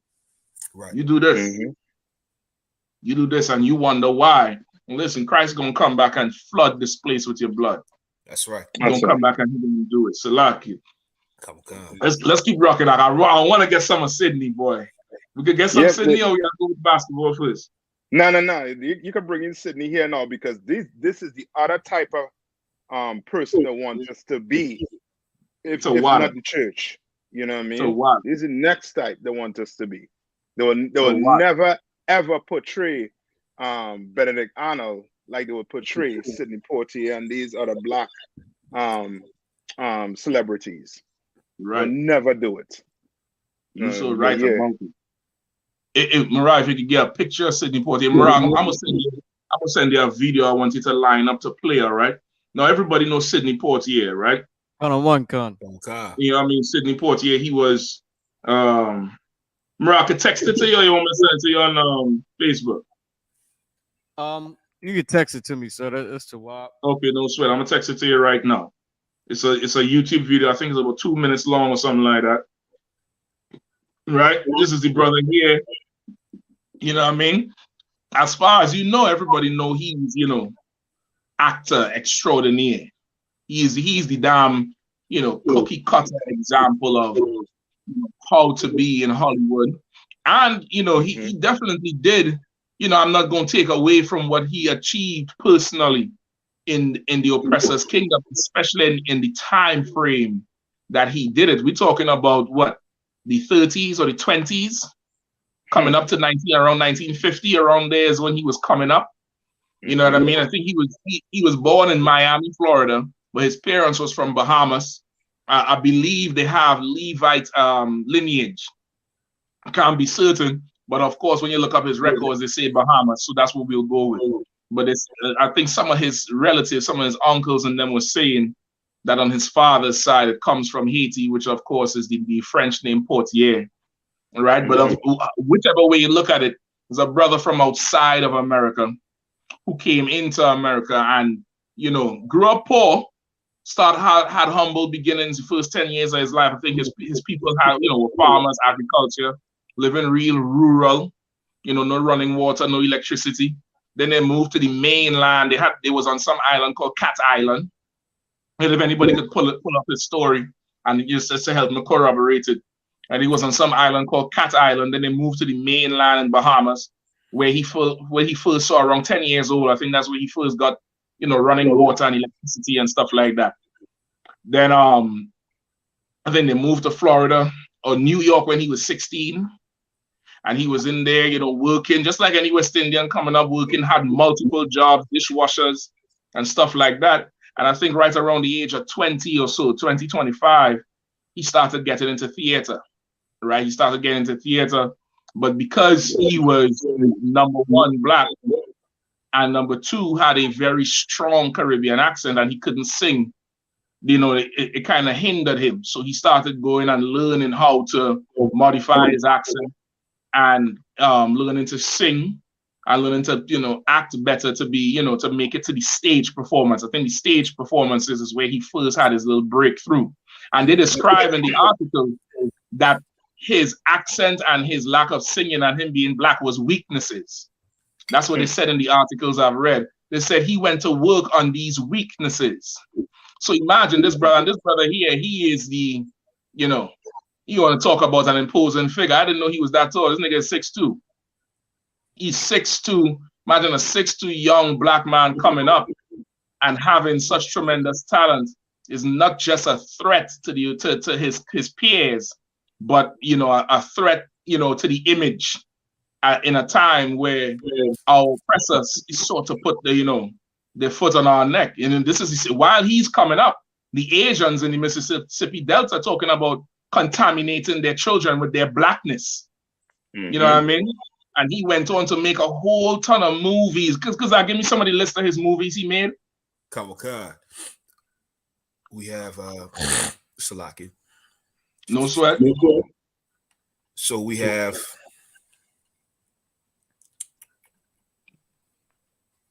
Right, you could put some of him up on the screen too. Let's mute the video for now, but I'm gonna need to get the video too.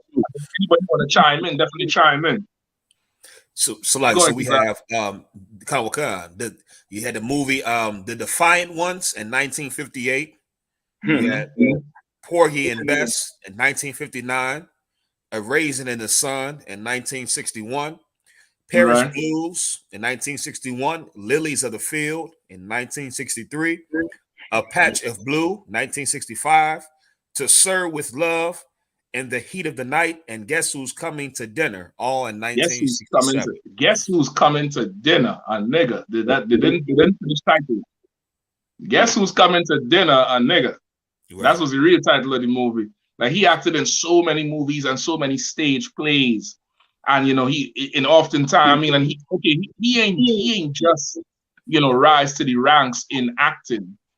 He was also an official ambassador of Bahamas, right? He also worked with UNESCO, which means he was working with United Nations as well. He worked with UNESCO as a young man coming up as he began in his acting. As he started to get prominence in the acting, he was an ambassador for Bahamas, worked in UNESCO. He was one of the first Black people to have, to be recognized by all these Asian film festivals. He transcended past his, the Hollywood. He transcended way past the Hollywood as well, and became way more than, an actor. In terms, he became an icon, a symbol of something. Right. You understand? He became a symbol of something, and in terms of the entertainment aspect of it, and as a profession, he rose to the top. He damn near is the creme de la creme of the actors. All modern Black actors, somewhere in their influence, talk about Sidney Poitier. I think Denzel Washington talk about him like he admired Sidney Poitier's poise and his delivery and everything like that. And you could damn near see similarities in their acting. You could see the whole, the damn near the cookie cutter, the blueprint of how they carry themselves and display themselves. But this is him as an actor. And as an actor, he did a marvelous job.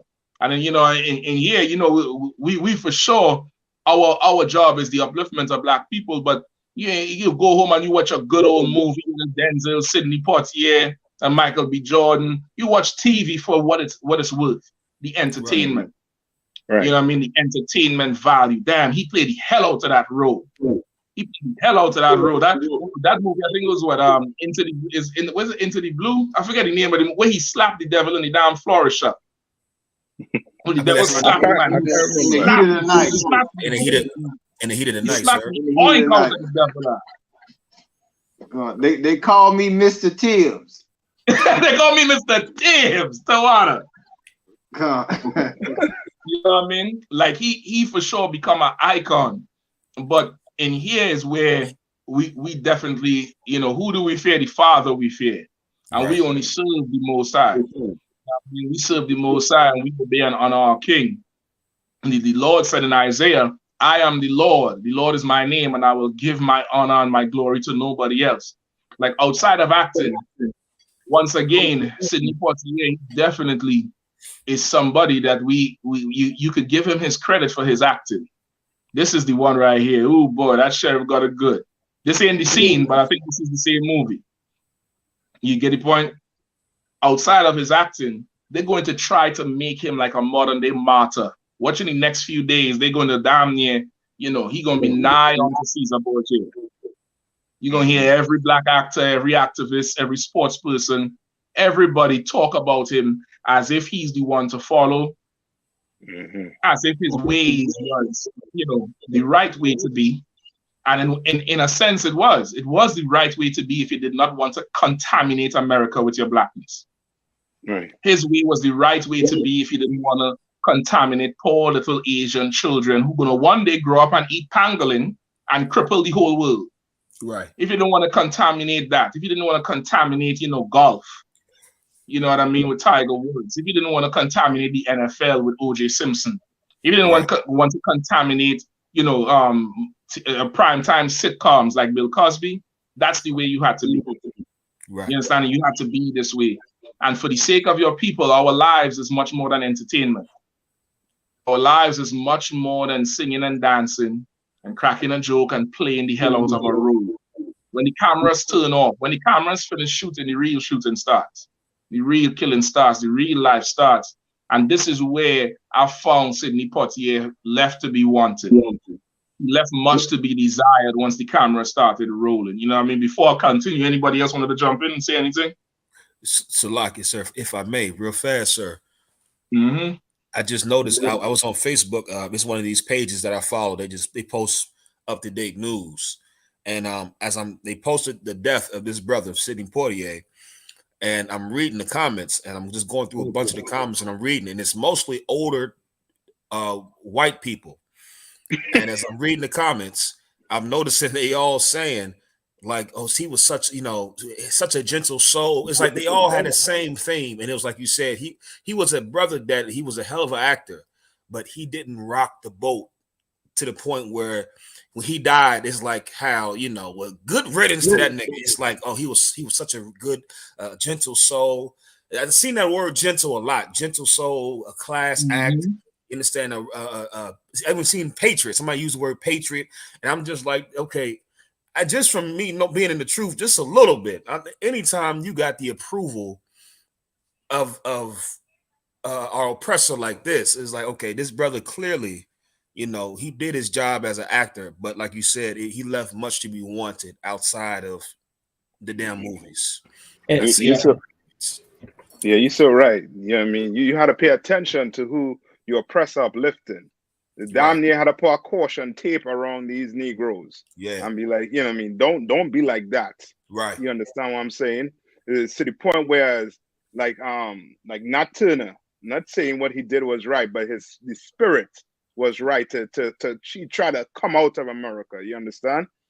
But people like Sidney Poitier, they would try to channel us to be like him because, as I say, he ain't rock the boat.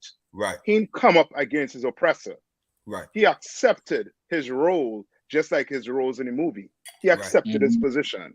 You understand? He played his part well until he died, to the point where he went and married a so-called oppressor.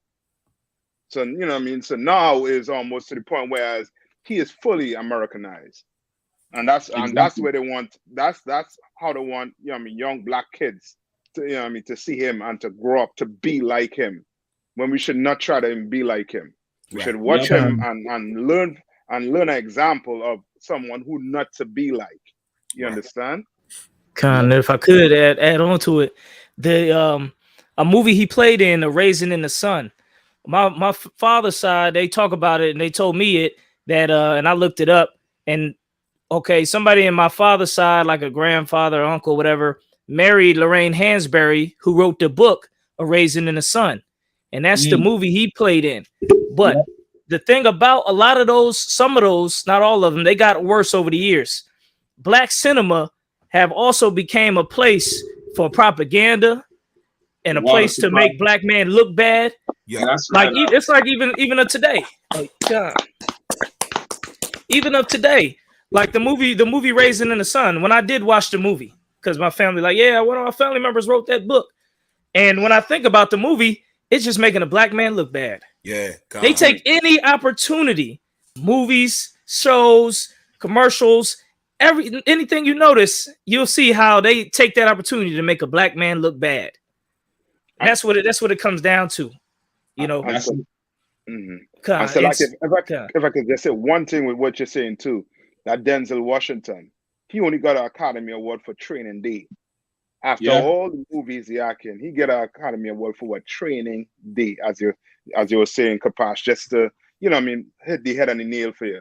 You could go ahead and pass. Salaki for cutting in on you. Con, and a lot of the big movies, the Driving Miss Daisies, the Butler, the Maid, the Servant, 12 Years a Slave. They always want to make us look bad, and so they push that. Even that's why Tyler Perry's so big. How many times they shit on the black image in Tyler Perry?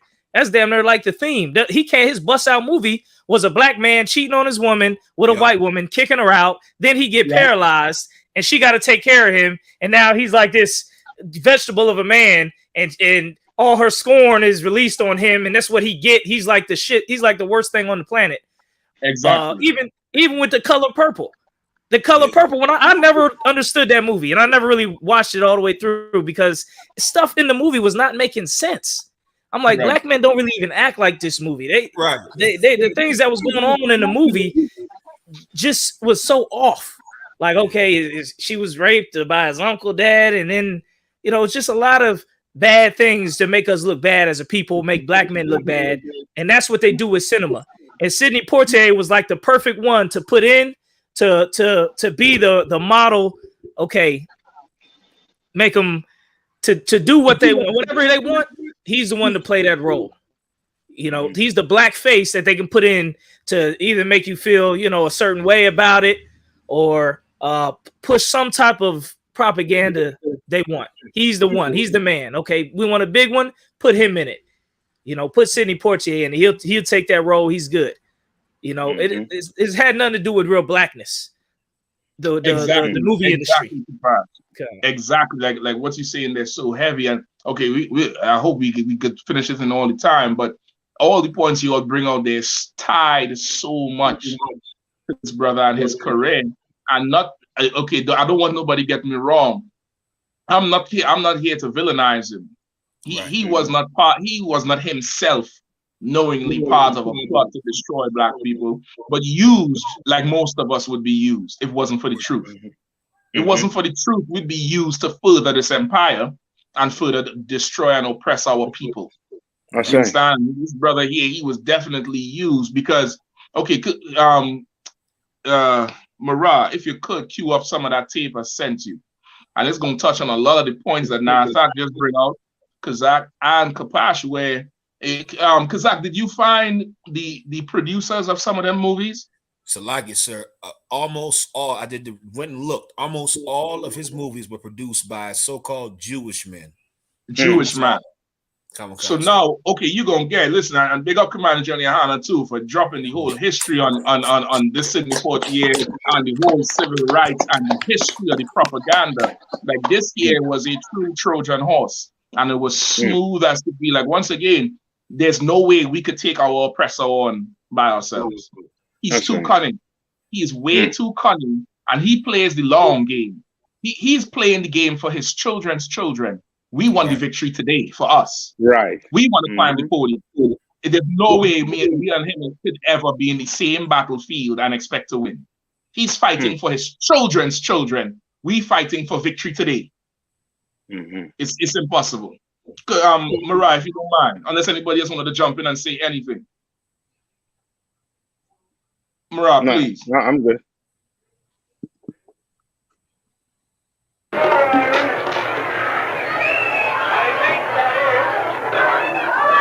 In the last decade, Hollywood has witnessed the emergence of a few black stars who attract large audiences, black and white alike.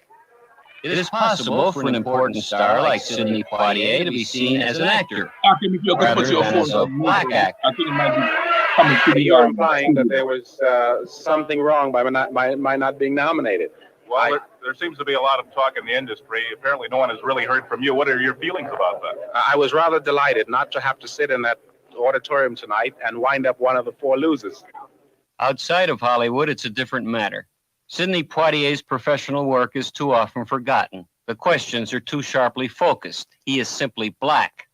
Mr. Poitier is not one to let this go unchallenged. How close has my association been in the past with Dr. King? For some years now, I've worked raising funds for Dr. King because I believe still very strongly in his non-violent philosophy.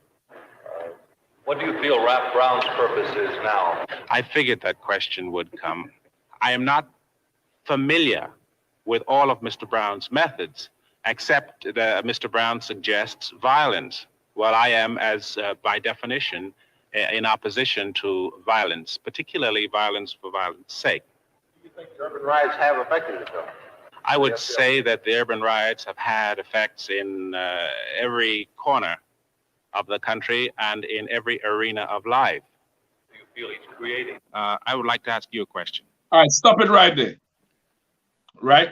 So you all know that they give you the introduction with him, you know, and talking about at this time how, you know, he was one of, you can leave him up on the screen too, please. You can pause it right there, just leave his image up.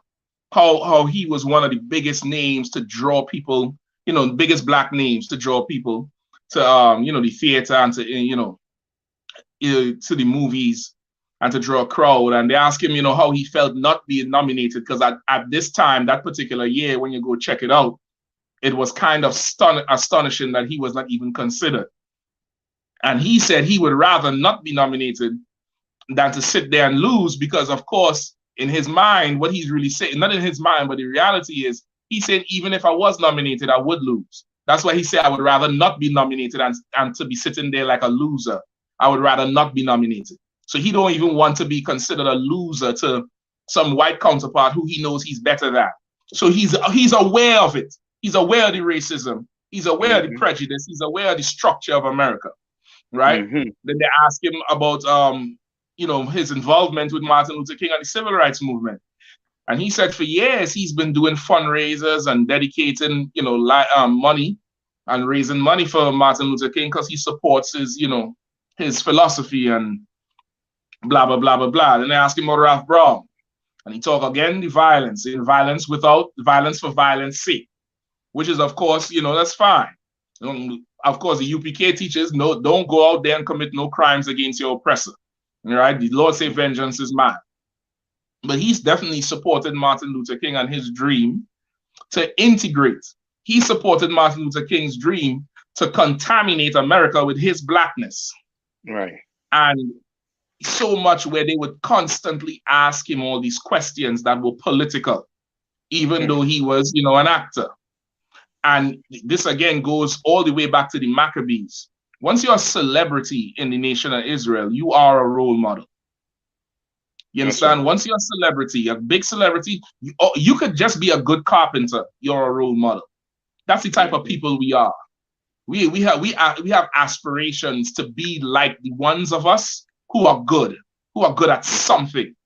And from days of the Maccabees all the way up till now, he's being thrust in that circle of answering black questions on behalf of black people. So he's been asked all these questions, and that's why he said, I figured this one would come with Ralph Brown. And he was prepared to answer the Martin Luther King question with his affiliation with the civil rights movement. And then he now turns around and said, I have a question for you. Now, I want you all to remember everything that we've been through in the past couple of years with celebrities. When they asked Naomi Osaka all these questions about what you think about this case, and then she turned around to the reporter and she said, well, what does that mean to you? What does Black Lives Matter mean to you? What do you think about it? Right? Let's think about how some of our athletes and celebrities today are starting to push back. This was his question back to the reporter.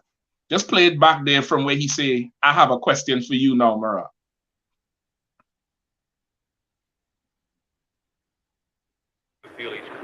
I would like to ask you a question. Why is it that you guys are hounds for bad news?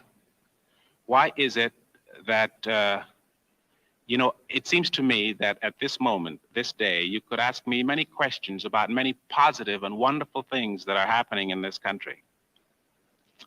But we gather here to pay court to sensationalism.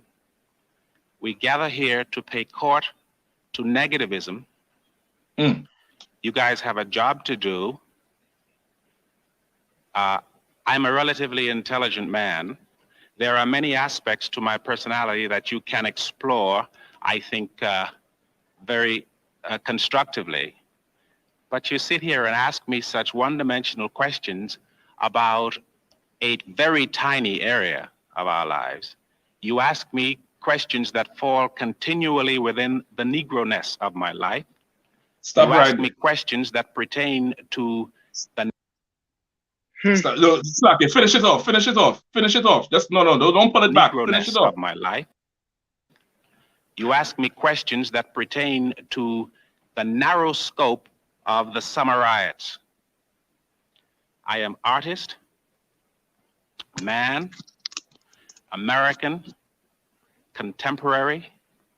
I am an awful lot of things, so I wish you would pay me the respect. All right, stop right there.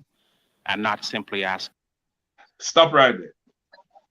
Now, this is the problem I'm having with, Sidney Poitier. I damn near had to get counsel. I was getting ready to come up in here and blaze Uncle Tom, coon, traitor, you no good nigga.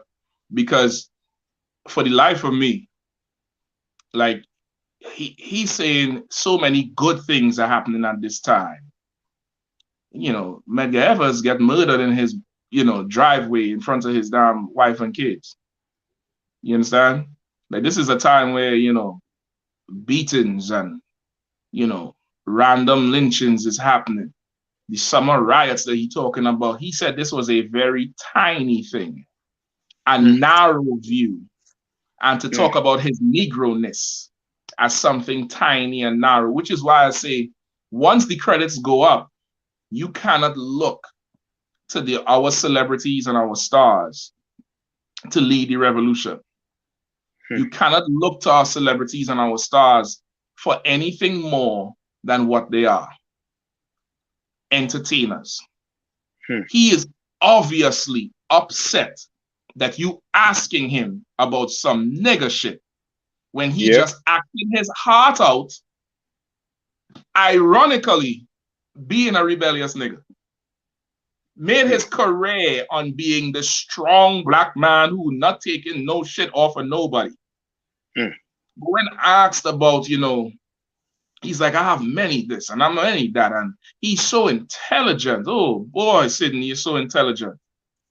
You're so intelligent, but when asked to speak up about the plight of your people, which exists, you said this is a tiny thing, a minuscule thing. And then he said his blackness, his Negro-ness. Now that's a new word. That's a new word for the Uncle Tom. And his Negro-ness. Now we see how it is our oppressor in Hollywood and America forces you to give up your soul in order to be accepted in this society. To give up your soul, who you are, which really is your people. You trade your people. Like, you ashamed to talk about your Negro-ness? You ashamed to talk about the things that affect your people? There's a clear difference, which is why even today you look at, your Colin Kaepernick and your LeBron to a point. LeBron, he risked a whole ton of millions trying to come up against this oppressor. The best way he could. Colin Kaepernick lost his whole career for this thing. Said what he had to say, and countless others, that Naomi Osaka, countless others who, when they put in front of the mic, would say what they listen. Muhammad Ali went to prison. Went straight to prison over the thing. But now it's, once again, now his professional aspect, you can't hold a candle to him for what he did. Professionally. What he did professionally was astounding. And kudos to you for that, Sidney Poitier. You did an excellent job professionally. But when it comes to the soul of our people, when it comes to the soul of our people and the plight of our people and the justice that we need and the voice we need, because every time we talk, they cover our mouth, but they let you run yours, and you get offended because you have to explain your Negro-ness and how it's attached to our people. You failed that part of your job miserably. And this is why Blacks, Hispanics, and Native Indians need to come and listen to the prophets of the Lord. Because what we say is a mouthful. Say a picture paints 1,000 words. Well, you got to paint 1,000 pictures when we start talking. Because what we have to say is more, it carries way more weight and integrity than our stars. You cannot look to these stars for leadership. You cannot look to these stars for leadership. You imagine you watching these interviews with so much hope in your chest and so much hope in your heart, only to hear him say this. It's going to dash it to pieces. It's going to now cement that demon to follow you the rest of your life. You know what I mean? Anybody want to jump in? Okay. So you'll leave some meat on the bone for me, and I ain't done. Everybody on mute at the same time. I'll be quick.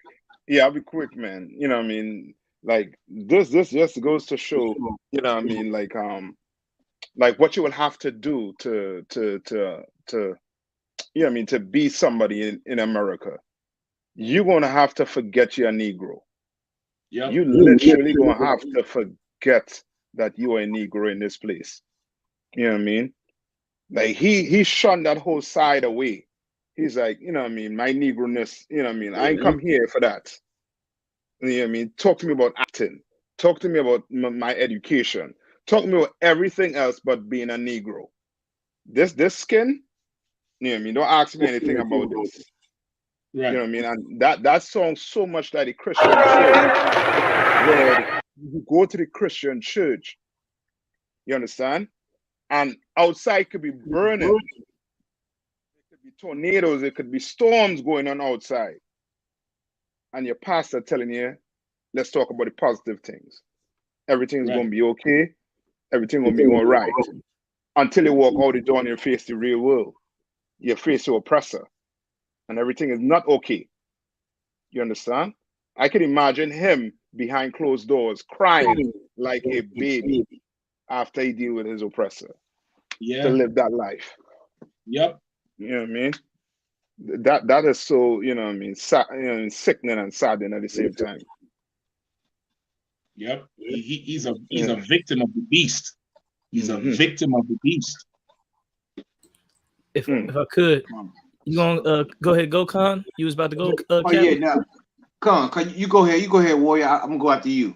Okay, Con, the water. I was just gonna add in what Captain I.S.U.P.K was bringing out was heavy, and Captain Mashak. Let me get this one scripture real quick, where it says here in Ecclesiastes 26, "My son, keep the flower of thine age sound, and give not thy strength to strangers." This is talking about when you in your glory, like Sidney Poitier, he's right there in his glory. All lies on him. The whole thing is all about him. He did a great job in his acting and his study, and now everything's on him. The scripture says, "When thou hast gotten a fruitful possession through all the field, sow it with thine own seed, trusting in the goodness of thy stock. So thy race, which thou leavest, shall be magnified, having the confidence of their good descent." Like we see you in all your glory and power, and then in such an educated, eloquent way, I'm like on edge by every word because he's saying it's so educated. But what is he saying? He's basically shitting on black people.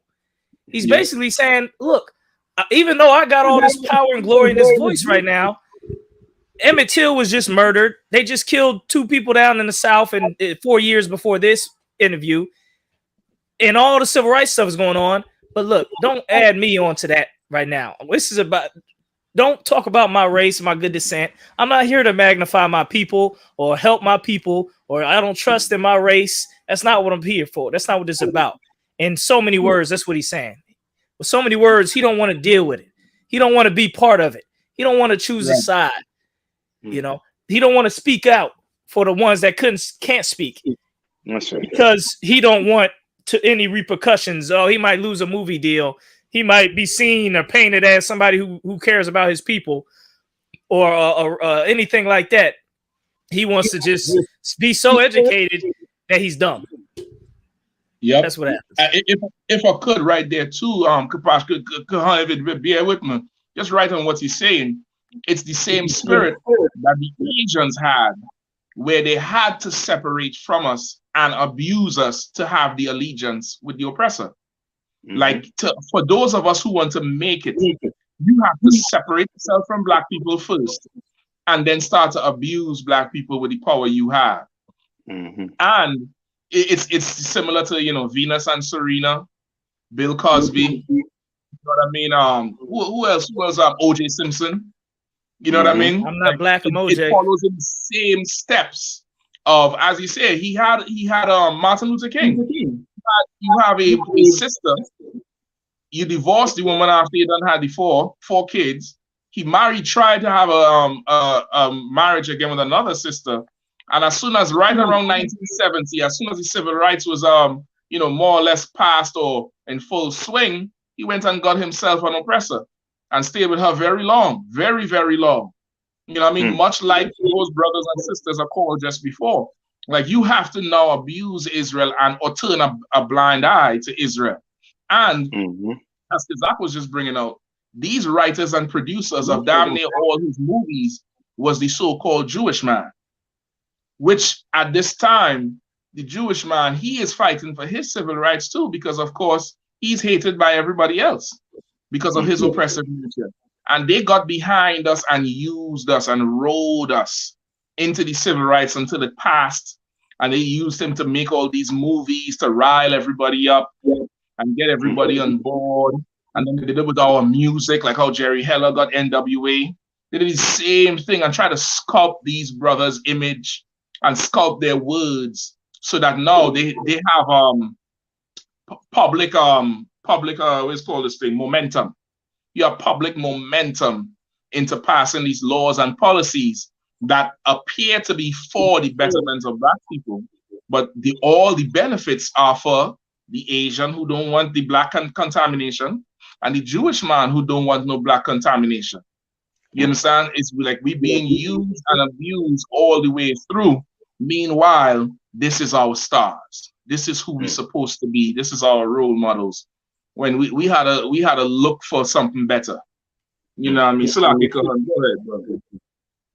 No, come on, Cap. What you're saying was real heavy. When the reporters asked him about basically about the civil rights, and when most actors around this time, they either was with the nonviolence. Well, most of the actors and celebrities backed Martin Luther King Jr. Because that was the safest route.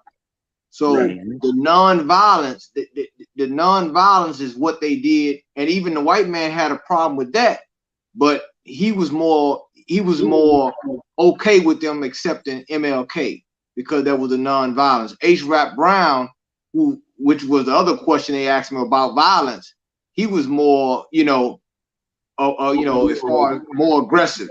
You know what I'm saying? More, if they trying to lynch us, we're gonna fight back.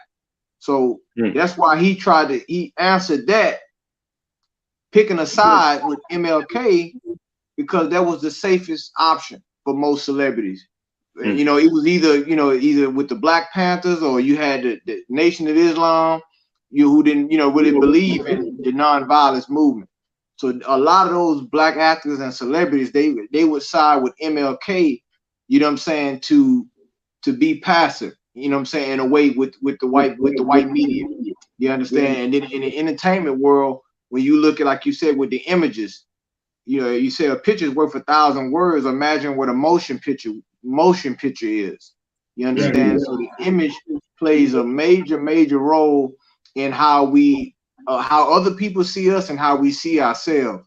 So what you said was real heavy about that, Captain Shot, about the deflecting to about his personality and aspects of his life when you are part of a nation of people who's suffering and being oppressed. So those urban riots in those cities, even Martin Luther King said that a riot is the language of the voiceless. So if Martin Luther King said that rioting is the language of the voiceless, then you should also be a voice for the people that's voiceless. You know what I'm saying? Not just on the movie screen. So I definitely see exactly what you were talking about on that one. That's right. And one other thing too, I don't know if you all remember Barack Obama saying that he's not the president of just black people. I don't know if you all remember him saying that out his mouth when at him concerning black people, and he was like, "I'm not the president of black people. I'm the president of America." And given that seat, Sidney Poitier would say the same thing too. Like he would say that. He would say he's American. He's not the guy for black people. That's what he just said there in the interview now, sir. Yeah, that's basically what exactly what he said. He said, I'm an artist, I'm a this, I'm a that, I'm an American. And okay, this is why I say it's like a fine line. I ain't come to villainize the brother, but this is like a post-mortem of what happens. Okay, this here is taking the mark of the beast.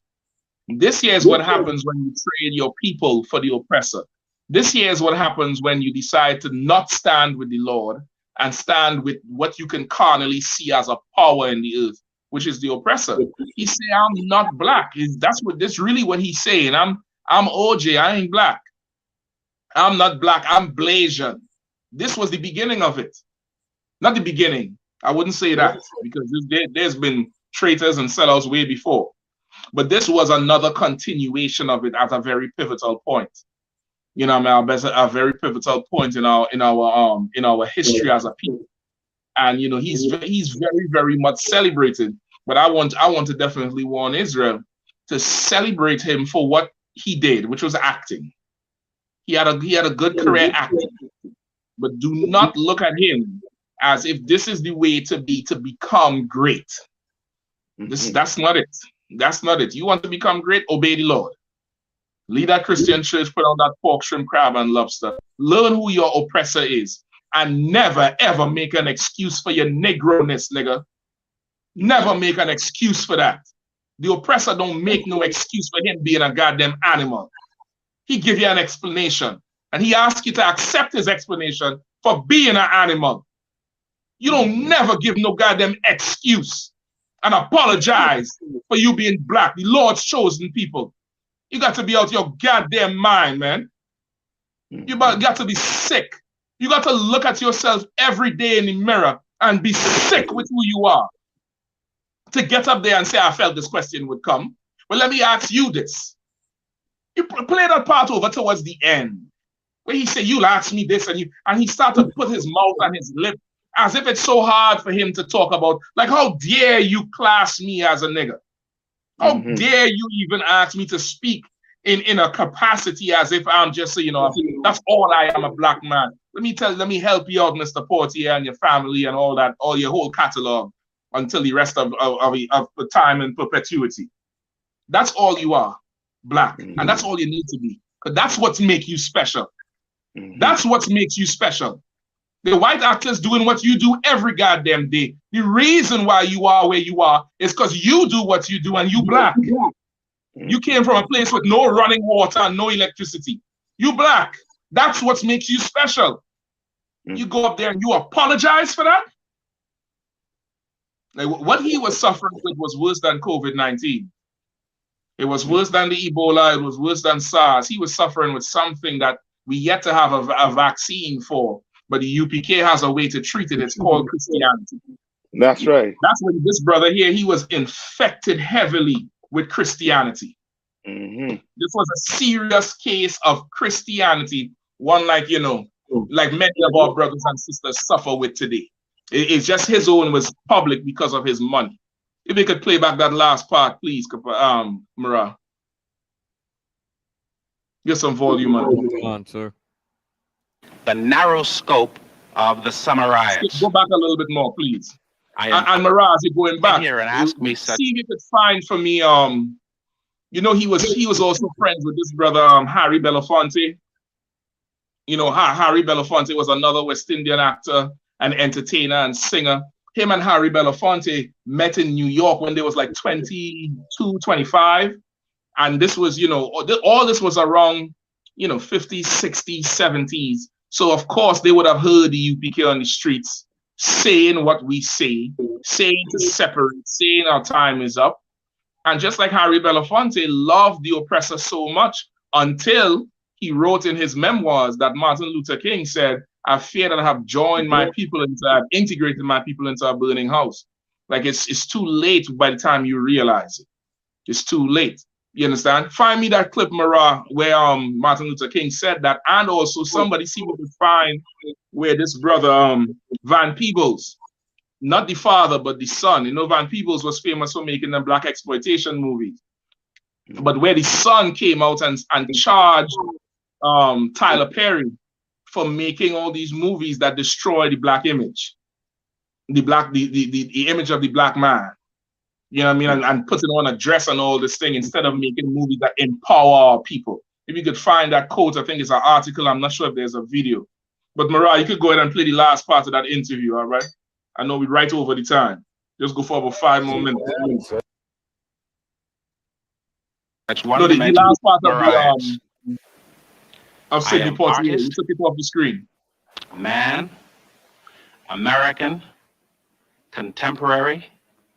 I am an awful lot of things, so I wish you would pay me the respect due and not simply ask me about those things.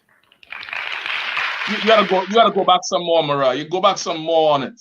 There's a part where he's twisting up his face, and you can tell he's angry. Many questions about right there. Wonderful things that are happening in this country. But we gather here to pay court to sensationalism. We gather here to pay court. Yes, and he's saying we gather to pay court.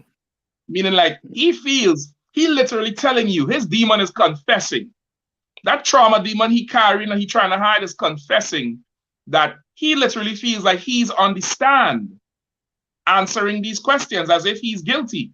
In his mind, he's guilty of being black. Like, that's a crime. You always say we here to play court with sensationalism and this and that. Meaning, in other words, for him to take a deep breath with no conscience, he has to act like what's happening with his people is sensationalism. So, Lockie, please. If I could, acting is sensationalism. Oh my God! To what? When you act like this now you're center stage. It's still lights, camera, action. So now, if you're gonna, if things are sensationalism is one of the main keys, then now you have the ability, especially when the spotlight is on your people. As we critique this video, you have the ability now. If you're all these things, you're intelligent, you're this, you're that. Now it's time to expound and show those things in the spectrum of race. Right. Talk about these things. So that right there was definitely a missed moment. You know what I'm saying? And for sure, if it's you deal with sensationalism all the time if you're an actor, Salaki. You see right. And once again, he is managed by the so-called Jewish man who for sure done trained him and brainwashed him and then hustled him into, forgetting about his people. Meanwhile, the Jewish man will never, ever apologize for being Jewish. He'll never apologize for the economic destruction of Germany and all them other places they was in, which in the historical records, it show how they was crippling countries financially, like they're doing in America today. He'll never apologize for that. But meanwhile, he makes you and I apologize for our Negro-ness. And you are much more than a Negro. I could imagine the preparation. I could imagine the schooling that going on before he goes out into front of the cameras, and when they prepare a statement. You know what I mean? It's like you don't go on there like you on trial for the whole of Black America. You don't represent them all. You don't do this. You don't. I could imagine how they would force you to strip down who you are. Look at how he's looking. He's looking at them like, how dare you look at me with all my achievements as if I'm still tied to these people. Don't you see I done excelled above them? This is a straight case of Christianity and pride that is going to destroy you from your people, man. It's pride, man. The scripture says better to be in the house of sadness than in the house of mirth. It's better. Khan, if I could, what you're bringing out is so heavy out of wine. It made me want to go to think of the scripture where the scripture Deuteronomy 32:7 says, "Remember the days of old. Consider the years of many generations. Ask thy father, and he will show thee, thy elders, and they will tell thee."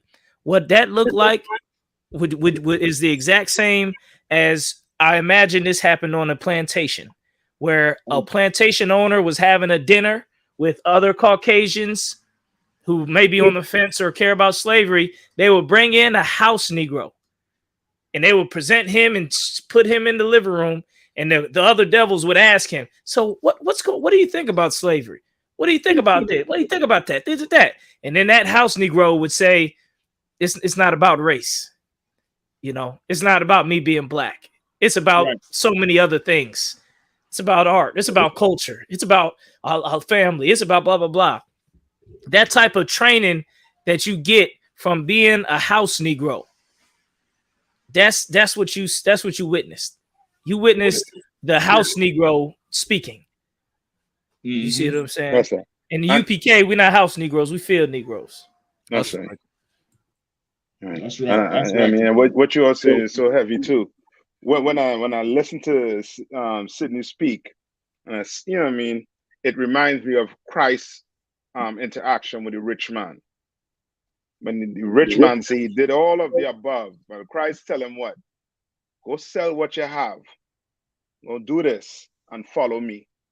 Right. And Sidney, that's him right there. Yeah. That's him right there.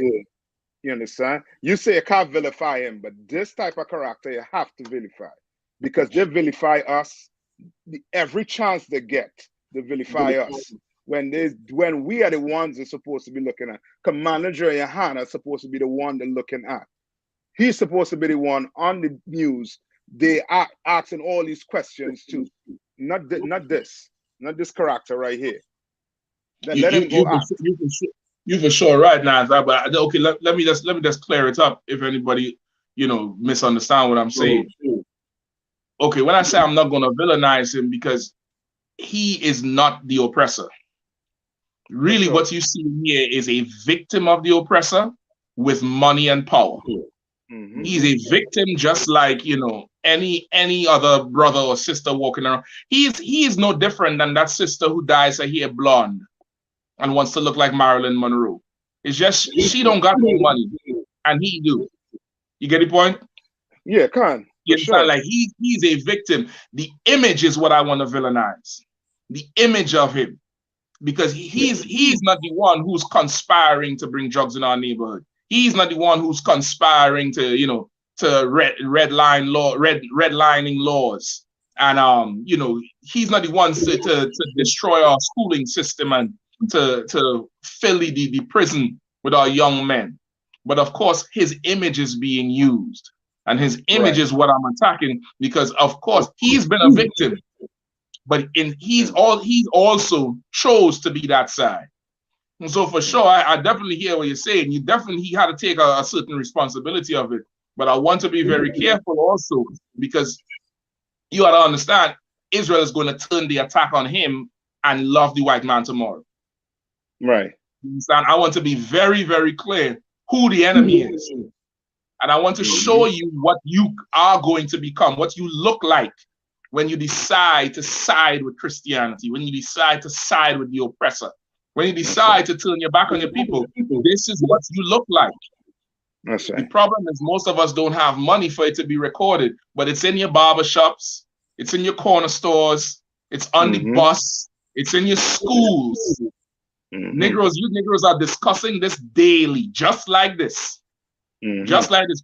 You remember when they had not when they had it, in the beginning of the crisis on the border, you had Issacharites, not famous Issacharites, regular run-of-the-mill Issacharites saying, deport them vatos. Deport them. They're coming over here and they're making us look bad. You understand what I'm saying? Yeah. You understand? Like now they done drank the damn poison. They done drank the damn juice. They done got fully infected with something worse than COVID. It would be better you got the coronavirus, brother, and know who the oppressor is and fought for your people than to be alive and healthy and be a Christian. It would have been better. And this is the fill to the top of Christianity, and this is what it looks like. This is what it looks like. You start to hate yourself and witness against your people before your oppressor, because you done sided with the oppressor. You understand? Because you done side, you should have just did like what Michael Jordan them do. You should have just not answered no questions and say, well, I don't want to talk about that, and let's talk about basketball, because that's about it. But you done went on further to, you know, ask why are you asking me about black people? Because that's what it's about. It's about the race. It's about that. If I could, Kahan, I'm not Kahan, Mariah, you found the video I wanted? Got on my con, sir. Please, if you don't mind playing with that.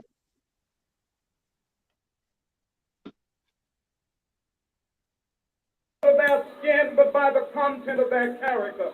I have a dream today. We'll skip right to the part I want, all right? I confess that that dream that I had that day has at many points turned into a nightmare. Now, I'm not one to lose hope. I keep on hoping. I still have faith in the future. But I've had to analyze many things over the last few years, and I would say over the last few months. I've gone through a lot of soul-searching and agonizing moments.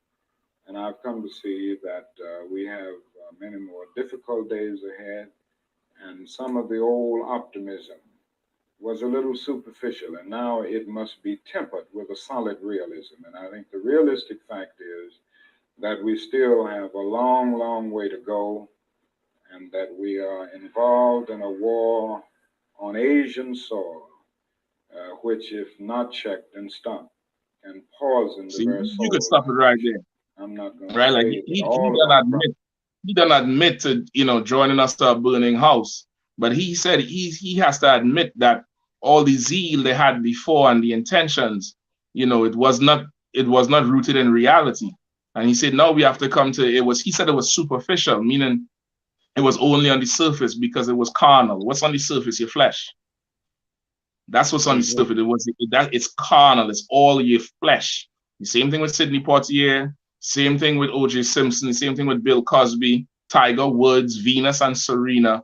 All that is superficial. It's superficial because it's carnal. Not just on the surface, meaning not deep. It's shallow, but it's also very carnal. And he realized he joined his people into a burning house because he thought this was the way to now be equal with the oppressor.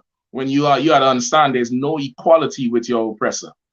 There's no equality with anybody. Somebody had to be the head and somebody got to be the tail. Somebody got to be the master and the servant. It's either you're winning or you're losing. That's why it's called a race. It's either you're winning or you're losing. And there's no middle ground. You understand? There's no middle ground. Just before we roll, because did you find the other thing with Van Peebles? Or anybody found it? Like, all I found was he made a statement about nobody's gonna be wearing a dress in these upcoming movies to take a shot at Tyler Perry. Yeah, please. That's the one I want. I think they had another one out there. They probably scrubbed the internet of that one, but it was one I think he was really going in on Tyler Perry. They might have scrubbed the internet of it. And if I could, Tyler Perry and that whole Tyler Perry industry and that whole industry is basically the growth of guys like Sidney Poitier and Martin Luther King. That's basically their evolution, like their culmination of cats like that over time. What ends up happening? A black man in a dress, acting a damn fool, making another black man looking ridiculous and confused and lost and foolish all over. And we putting it out. Now the Jewish man used to put it out, the blackface and the clowning. Now we put out the clowning. That's right. So like, if I could, and Tyler Perry, he studied that movie. I never forget when that movie came out at Waiting to Exhale. He studied that movie there, boy. When he knew how to capitalize off the black woman's rage and all of that, man. When that movie came out, when he saw, like you said, the Diary of a Mad Black Woman. I mean, you look at it's almost textbook. He looked at when that woman set that brother's car on fire with all his clothes in, and she walked away and flicked the cigarette. Black woman, my mama was mad at my daddy after that damn movie. I remember that. I remember coming to the house like that. Why it's so quiet up in here? Like all the women were just mad at their husband after that damn movie. So he knew how to capitalize off the black woman's rage, and you never underestimate the shock value in entertainment industry. Never underestimate that, because that is what sells. You understand? That is what they like to see. You understand? So, and like you said, the image is, once again, is the reason why the Lord said break down their images. You know what I'm saying? Tear down their images, because images play a major role in how we see ourselves and how other nations see us. Images are important. You understand? Salakia. That's right. Yeah. And which is exactly what Doc was saying there. Like we ain't have to listen to him. We gotta listen to the priests and prophets of the Lord, because that's who they should be asking them questions to. They should be putting a mic in front of these brothers' faces and asking instead of running away. Like the media right now is the house call it.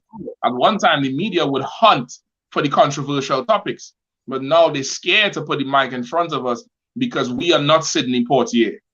Because we are not O.J. Simpson, because we are not, we ain't Will Smith. We not that. We're going to tell you the truth as how it is. We're going to let you know all about our negro-ness and our first people-ness and our Latino and Latina X-ness. We're going to give you the full, we're going to give you the hot sauce and the tamales. We're going to give you every goddamn thing, and you're going to have to deal with it. You're not going to apologize for being the lost 12 tribes of Israel. That's right. You know, you have the quote, brother. Come on, sir. Mario Van Peebles takes shot at Tyler Perry at Film Fest. Friday night, as the Urban World Film Festival entered its second night, director Mario Van Peebles, 50 Cent, and Lynn Whitfield were on hand to promote their film, All Things Fall Apart. 50 hit the red carpet with his own entourage of eye candy, posing for pics with the cast. Before the screening, Van Peebles assured the audience there would be no men in dresses or wigs in his movie. Yeah, man. So, like, if I could, I was talking to General Q earlier about we was talking about different crafts and things like that. And let this be a lesson to all you, whether you aspiring actors, writers. At one time that we had, I guess you can say a writers guild, where black writers would all come together. I think even going back to Shakespeare, where you would have to meet a certain standard. You know what I'm saying, in your craft.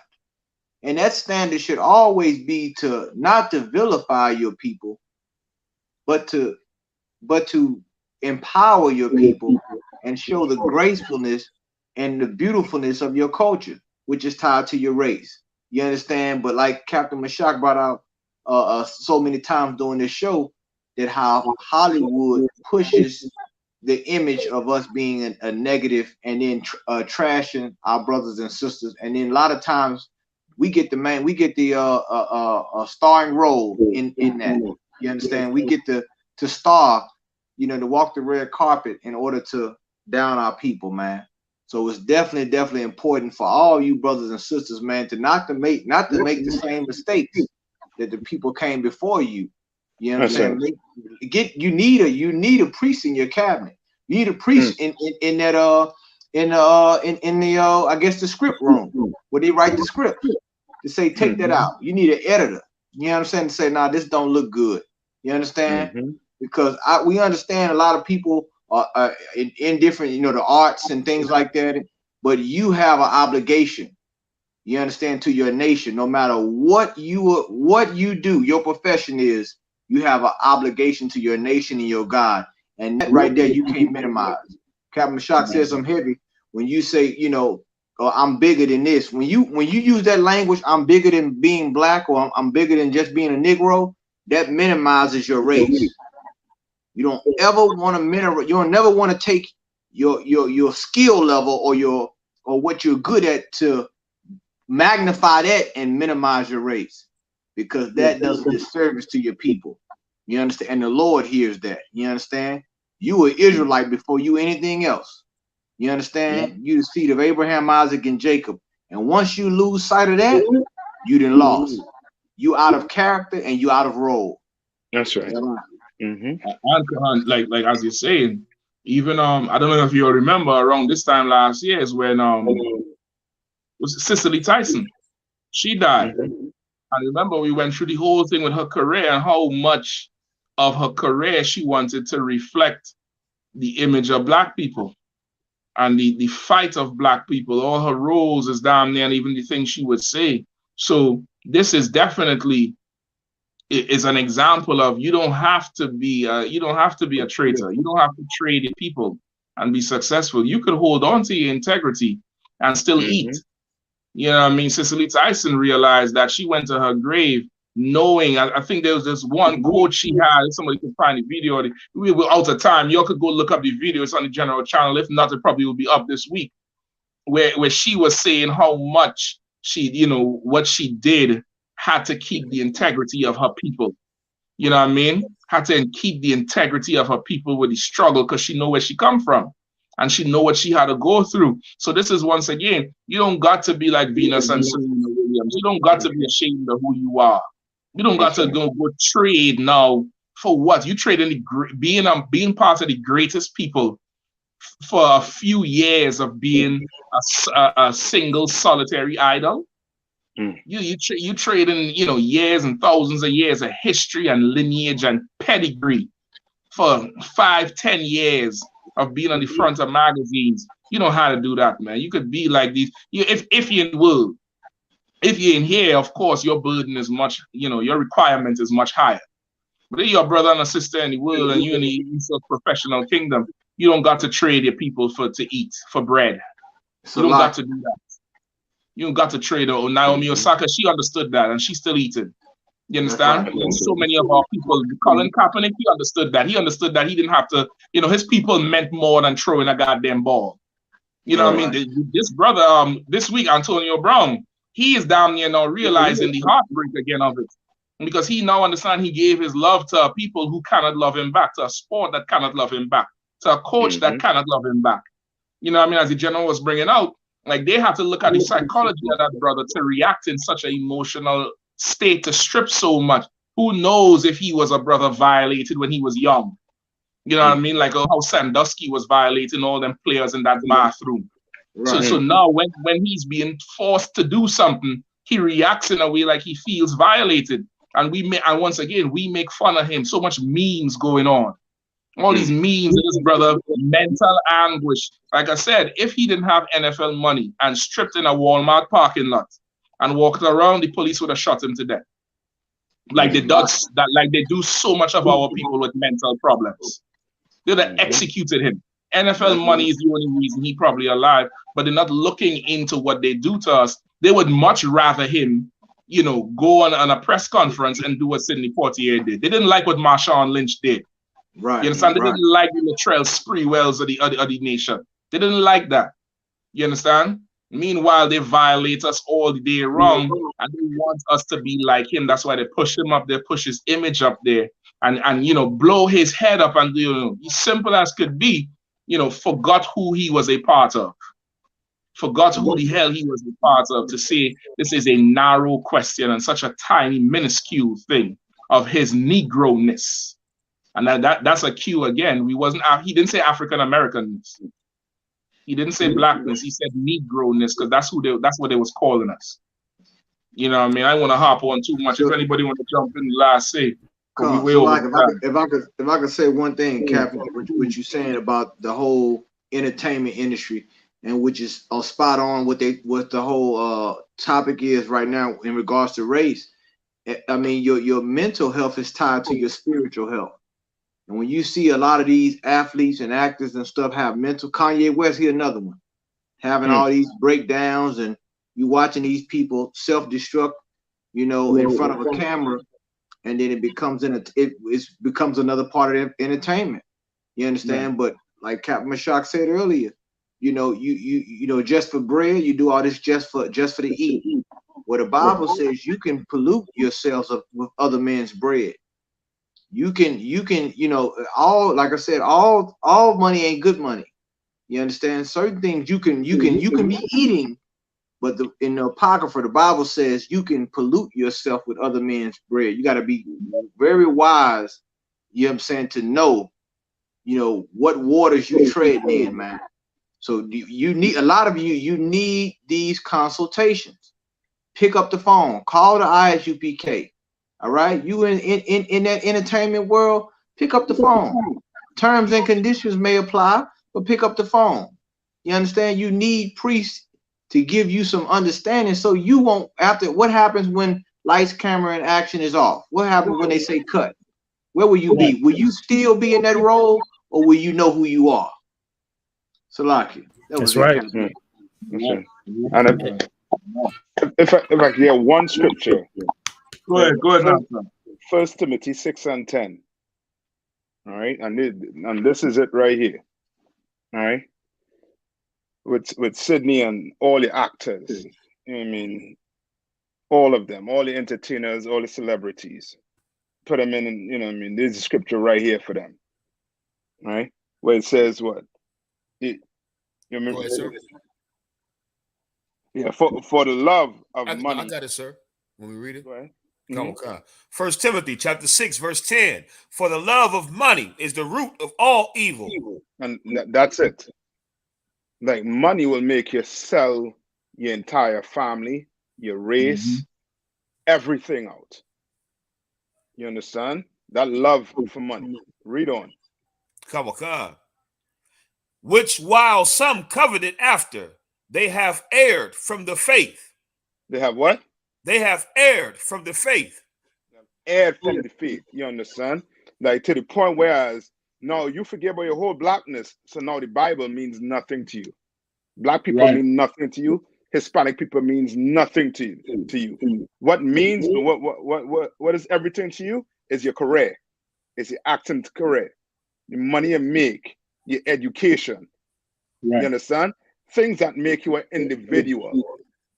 Read on. Come. And pierced themselves through with many sorrows. With many sorrows. He died a sad individual. Right. Yeah. Sad individual. Knowing that he could have made a better change to a nation. Knowing that he failed us as black people. He had the voice to speak. He didn't use that voice. Yeah. And then he taught you to be able to use it in his old age when your strength gone. Now it's young ones coming up. Now we had to suffer because you didn't want to open your mouth. You know what I mean? And I'll leave it on that.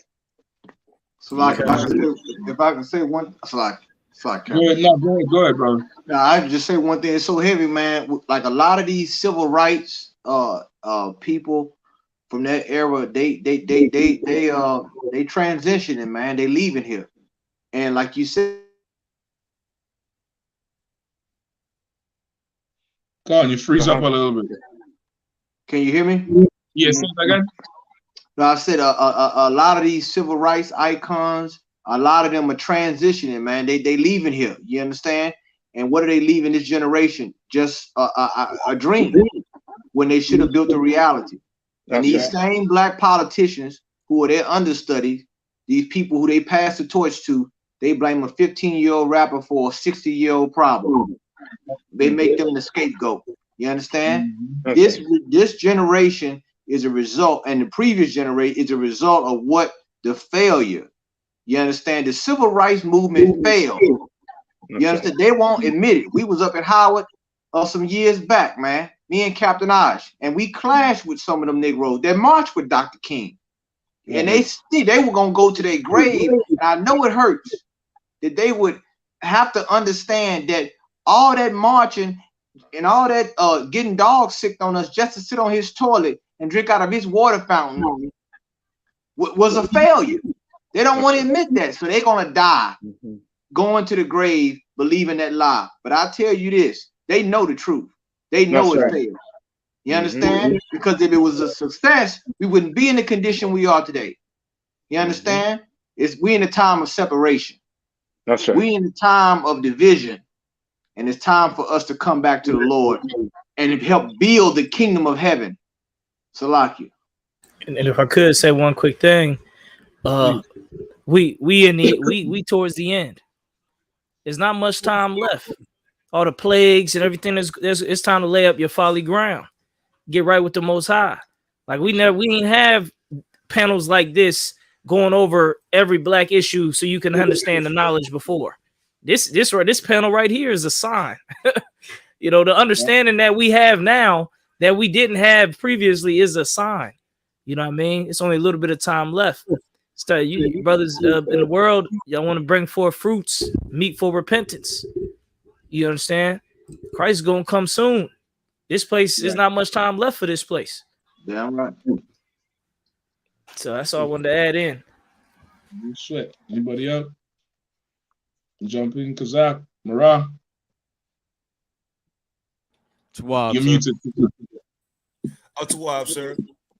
Okay, Most High in Christ. Yeah, man, we're gonna call it off there. I'll go whole night on this Sidney Poitier, brother. I just look up some. Y'all could go look up some of his interviews, and really any one of those, those celebrities who they celebrate the interviews they would say, and it just lets you know that to excel in this nation, you have to turn your back on Black Hispanic people and be ready to use Black and Hispanic people. Like that's how you excel in this nation. You know what I mean? Now it's like you remember they asked you to do a paper, you try to write on behalf of Black and Hispanic people. What did you think? An F. An F. And everything was factual, was found in books. Everything he wrote was factual, but he was defending Black and Hispanic people. She said, this is a failing grade. He has to write as if he's not affected, by what has happened to our people. And it's a sad case. But without, the I.S.U.P.K. under command and GEN.YAHANNA, we would not know that there's strength to be had in this captivity. That's the only way. It's the only way. Thank the Lord for it. Because, boy, we would all be weak and victim and prey in the world if it wasn't for the Israelite School of U.P.K. We all would be making Sidney Poitier speeches. Like, why are you asking me about so-and-so? Why are you asking me about Trinidad? Why are you asking me about Chicago? Why are you asking me about, Mississippi? Why are you asking me about Jamaica? Why are you asking me about the res? That's how we would be talking if it wasn't for the truth. That's right. If it wasn't for, we'd be vexed that you sitting here with a shaved face and a suit and a tie, and I'm vexed that you asking me. There's a clear difference between him and Muhammad Ali. Clear difference between him and Colin Kaepernick. There's a clear difference between him and the Israelite School of U.P.K. who you should listen to. You want entertainment? Watch, A Raisin in the Sun. You want to make sure there's no more riots and your children don't have to be born in captivity. You come to the I.S.U.P.K. under command and GEN.YAHANNA. With that, that's right. I want to say thank you for joining us again tonight. Continue supporting this channel, Blackwatch News, the website, blackwatch.news. Go check it out. Everything live and direct. Commanding GEN.YAHANNA every Monday night, 9 p.m. live for Blackwatch with the heavy hitting crew. Also, General Mahaiman class every Monday at 6:30 p.m., 6:45 p.m. On One West I.S.U.P.K. online classes, both Facebook and YouTube. Also on Thursday, General Mahaiman scripture breakdown at 7 p.m. Make sure and check it out. Monday you have Let a Hebrew Speak with General Hazayan. You have Captain Azanaya with the Hidden Truth at 12 p.m. every Wednesday at 11 p.m. You have Ask Ye the Prophets with General Mayak. You have Cross the Line Radio every Thursday night, 10 p.m. 10 p.m. every Thursday night. Friday, you have Unplugged from the Matrix with I.S.U.P.K. in North Carolina. You have On the Ends live out of UK. Find out what's going on the other side of the damn globe with Captain Parashia and Karathian and brothers over there in the UK. What else show? We have Boot Up or Shut Up every Sunday night. You hear Kahan reporting live from hell. Him and his ride or die, Officer Wanyala. You know what I mean? Like the truth is out there, the news is out there. You know what I mean? It's you is the one who ought to come listen. You know what I mean? Usually when you don't have an excuse anymore, your prophets ain't hidden in the corner no more. Also, Kapash, you have a radio show too. Tell them about it, please. Take Ground Radio. We live at 5 every Wednesday, going over relationship advice, not just with your wife, but also your family, your friends, loved ones. When you coming into the truth, that's live at 5 every Wednesday. Take Ground Radio. You go to I.S.U.P.K. Indiana, I.S.U.P.K. Indianapolis, YouTube, Facebook. Damn right. Take Ground Radio. Go check out Kapash, man. Our mighty brother in the truth, man. Always standing up for his people. When Kapash first came in, I thought he was Native Indian. I thought he was God or something, because he was all about God, the history of God, all the history, all the wars, everything on down there. Come to find out, he just a brother that just love all the 12 tribes, man, all of us. You know what I mean? Join us to the Passover, April 15th down there in Florida. You'll come check us out. Buy your tickets now. Rent them vehicles from now. You put in for your tax money early. Come on down there and drop a knock, man. Help us out, man. Support the truth, you know, and pay your tithes, pay your Passover fund. We'll be back next week, Lord Allah. Check out Commander GEN.YAHANNA Monday night, 9 p.m. Bro, take us out with Sidney Poitier, please. I just want people to remember this as they watch. I am Miss Tibbs. You could slap a white man on camera, but you can't stand for your black people off camera. Right. Remember that. Shalom. I love this man and nobody. Yeah.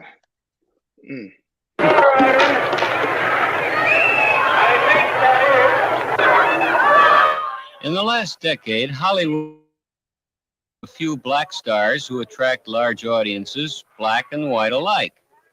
It is possible for an important star like Sidney Poitier to be seen as an actor rather than as a black actor. You're implying that there was something wrong by my not being nominated. Well, there seems to be a lot of talk in the industry. Apparently no one has really heard from you. What are your feelings about that? I was rather delighted not to have to sit in that auditorium tonight and wind up one of the four losers. Outside of Hollywood, it's a different matter. Sidney Poitier's professional work is too often forgotten. The questions are too sharply focused. He is simply black. Mr. Poitier is not one to let this go unchallenged. How close has my association been in the past with Dr. King? For some years now, I've worked raising funds for Dr. King because I believe still very strongly in his non-violent philosophy. What do you feel Rap Brown's purpose is now? I figured that question would come. I am not familiar with all of Mr. Brown's methods, except that Mr. Brown suggests violence. Well, I am, as by definition, in opposition to violence, particularly violence for violence sake. Do you think the urban riots have affected you, though? I would say that the urban riots have had effects in every corner of the country and in every arena of life. Do you feel he's creating? I would like to ask you a question. Why is it that you guys are hounds for bad news? Why is it that, you know, it seems to me that at this moment, this day, you could ask me many questions about many positive and wonderful things that are happening in this country. But we gather here to pay court to sensationalism. We gather here to pay court to negativism. You guys have a job to do. I'm a relatively intelligent man. There are many aspects to my personality that you can explore, I think, very constructively. But you sit here and ask me such one-dimensional questions about a very tiny area of our lives. You ask me questions that fall continually within the negro-ness of my life. You ask me questions that pertain to the narrow scope of the summer riots. I am artist, man, American, contemporary. I am an awful lot of things, so I wish you would pay me the respect due and not simply ask me about those things.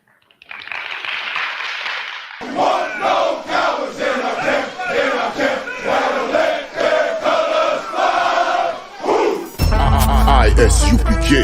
53rd Annual Lord Passover. 53rd Annual Lord's Passover is going to be held down here in Florida. It's going down. You're here tonight to get a chance to be righteous enough to be worthy of God coming to save you. That's right. It's going down. The Lord's 53rd Annual Passover. When we say we no cowards, we stop that business. We no cowards up in here. Book your hotels now at the Holiday Inn Express and Suites, the IHG Hotel, 301 Tucker Lane, Cocoa Beach, Florida, 32926.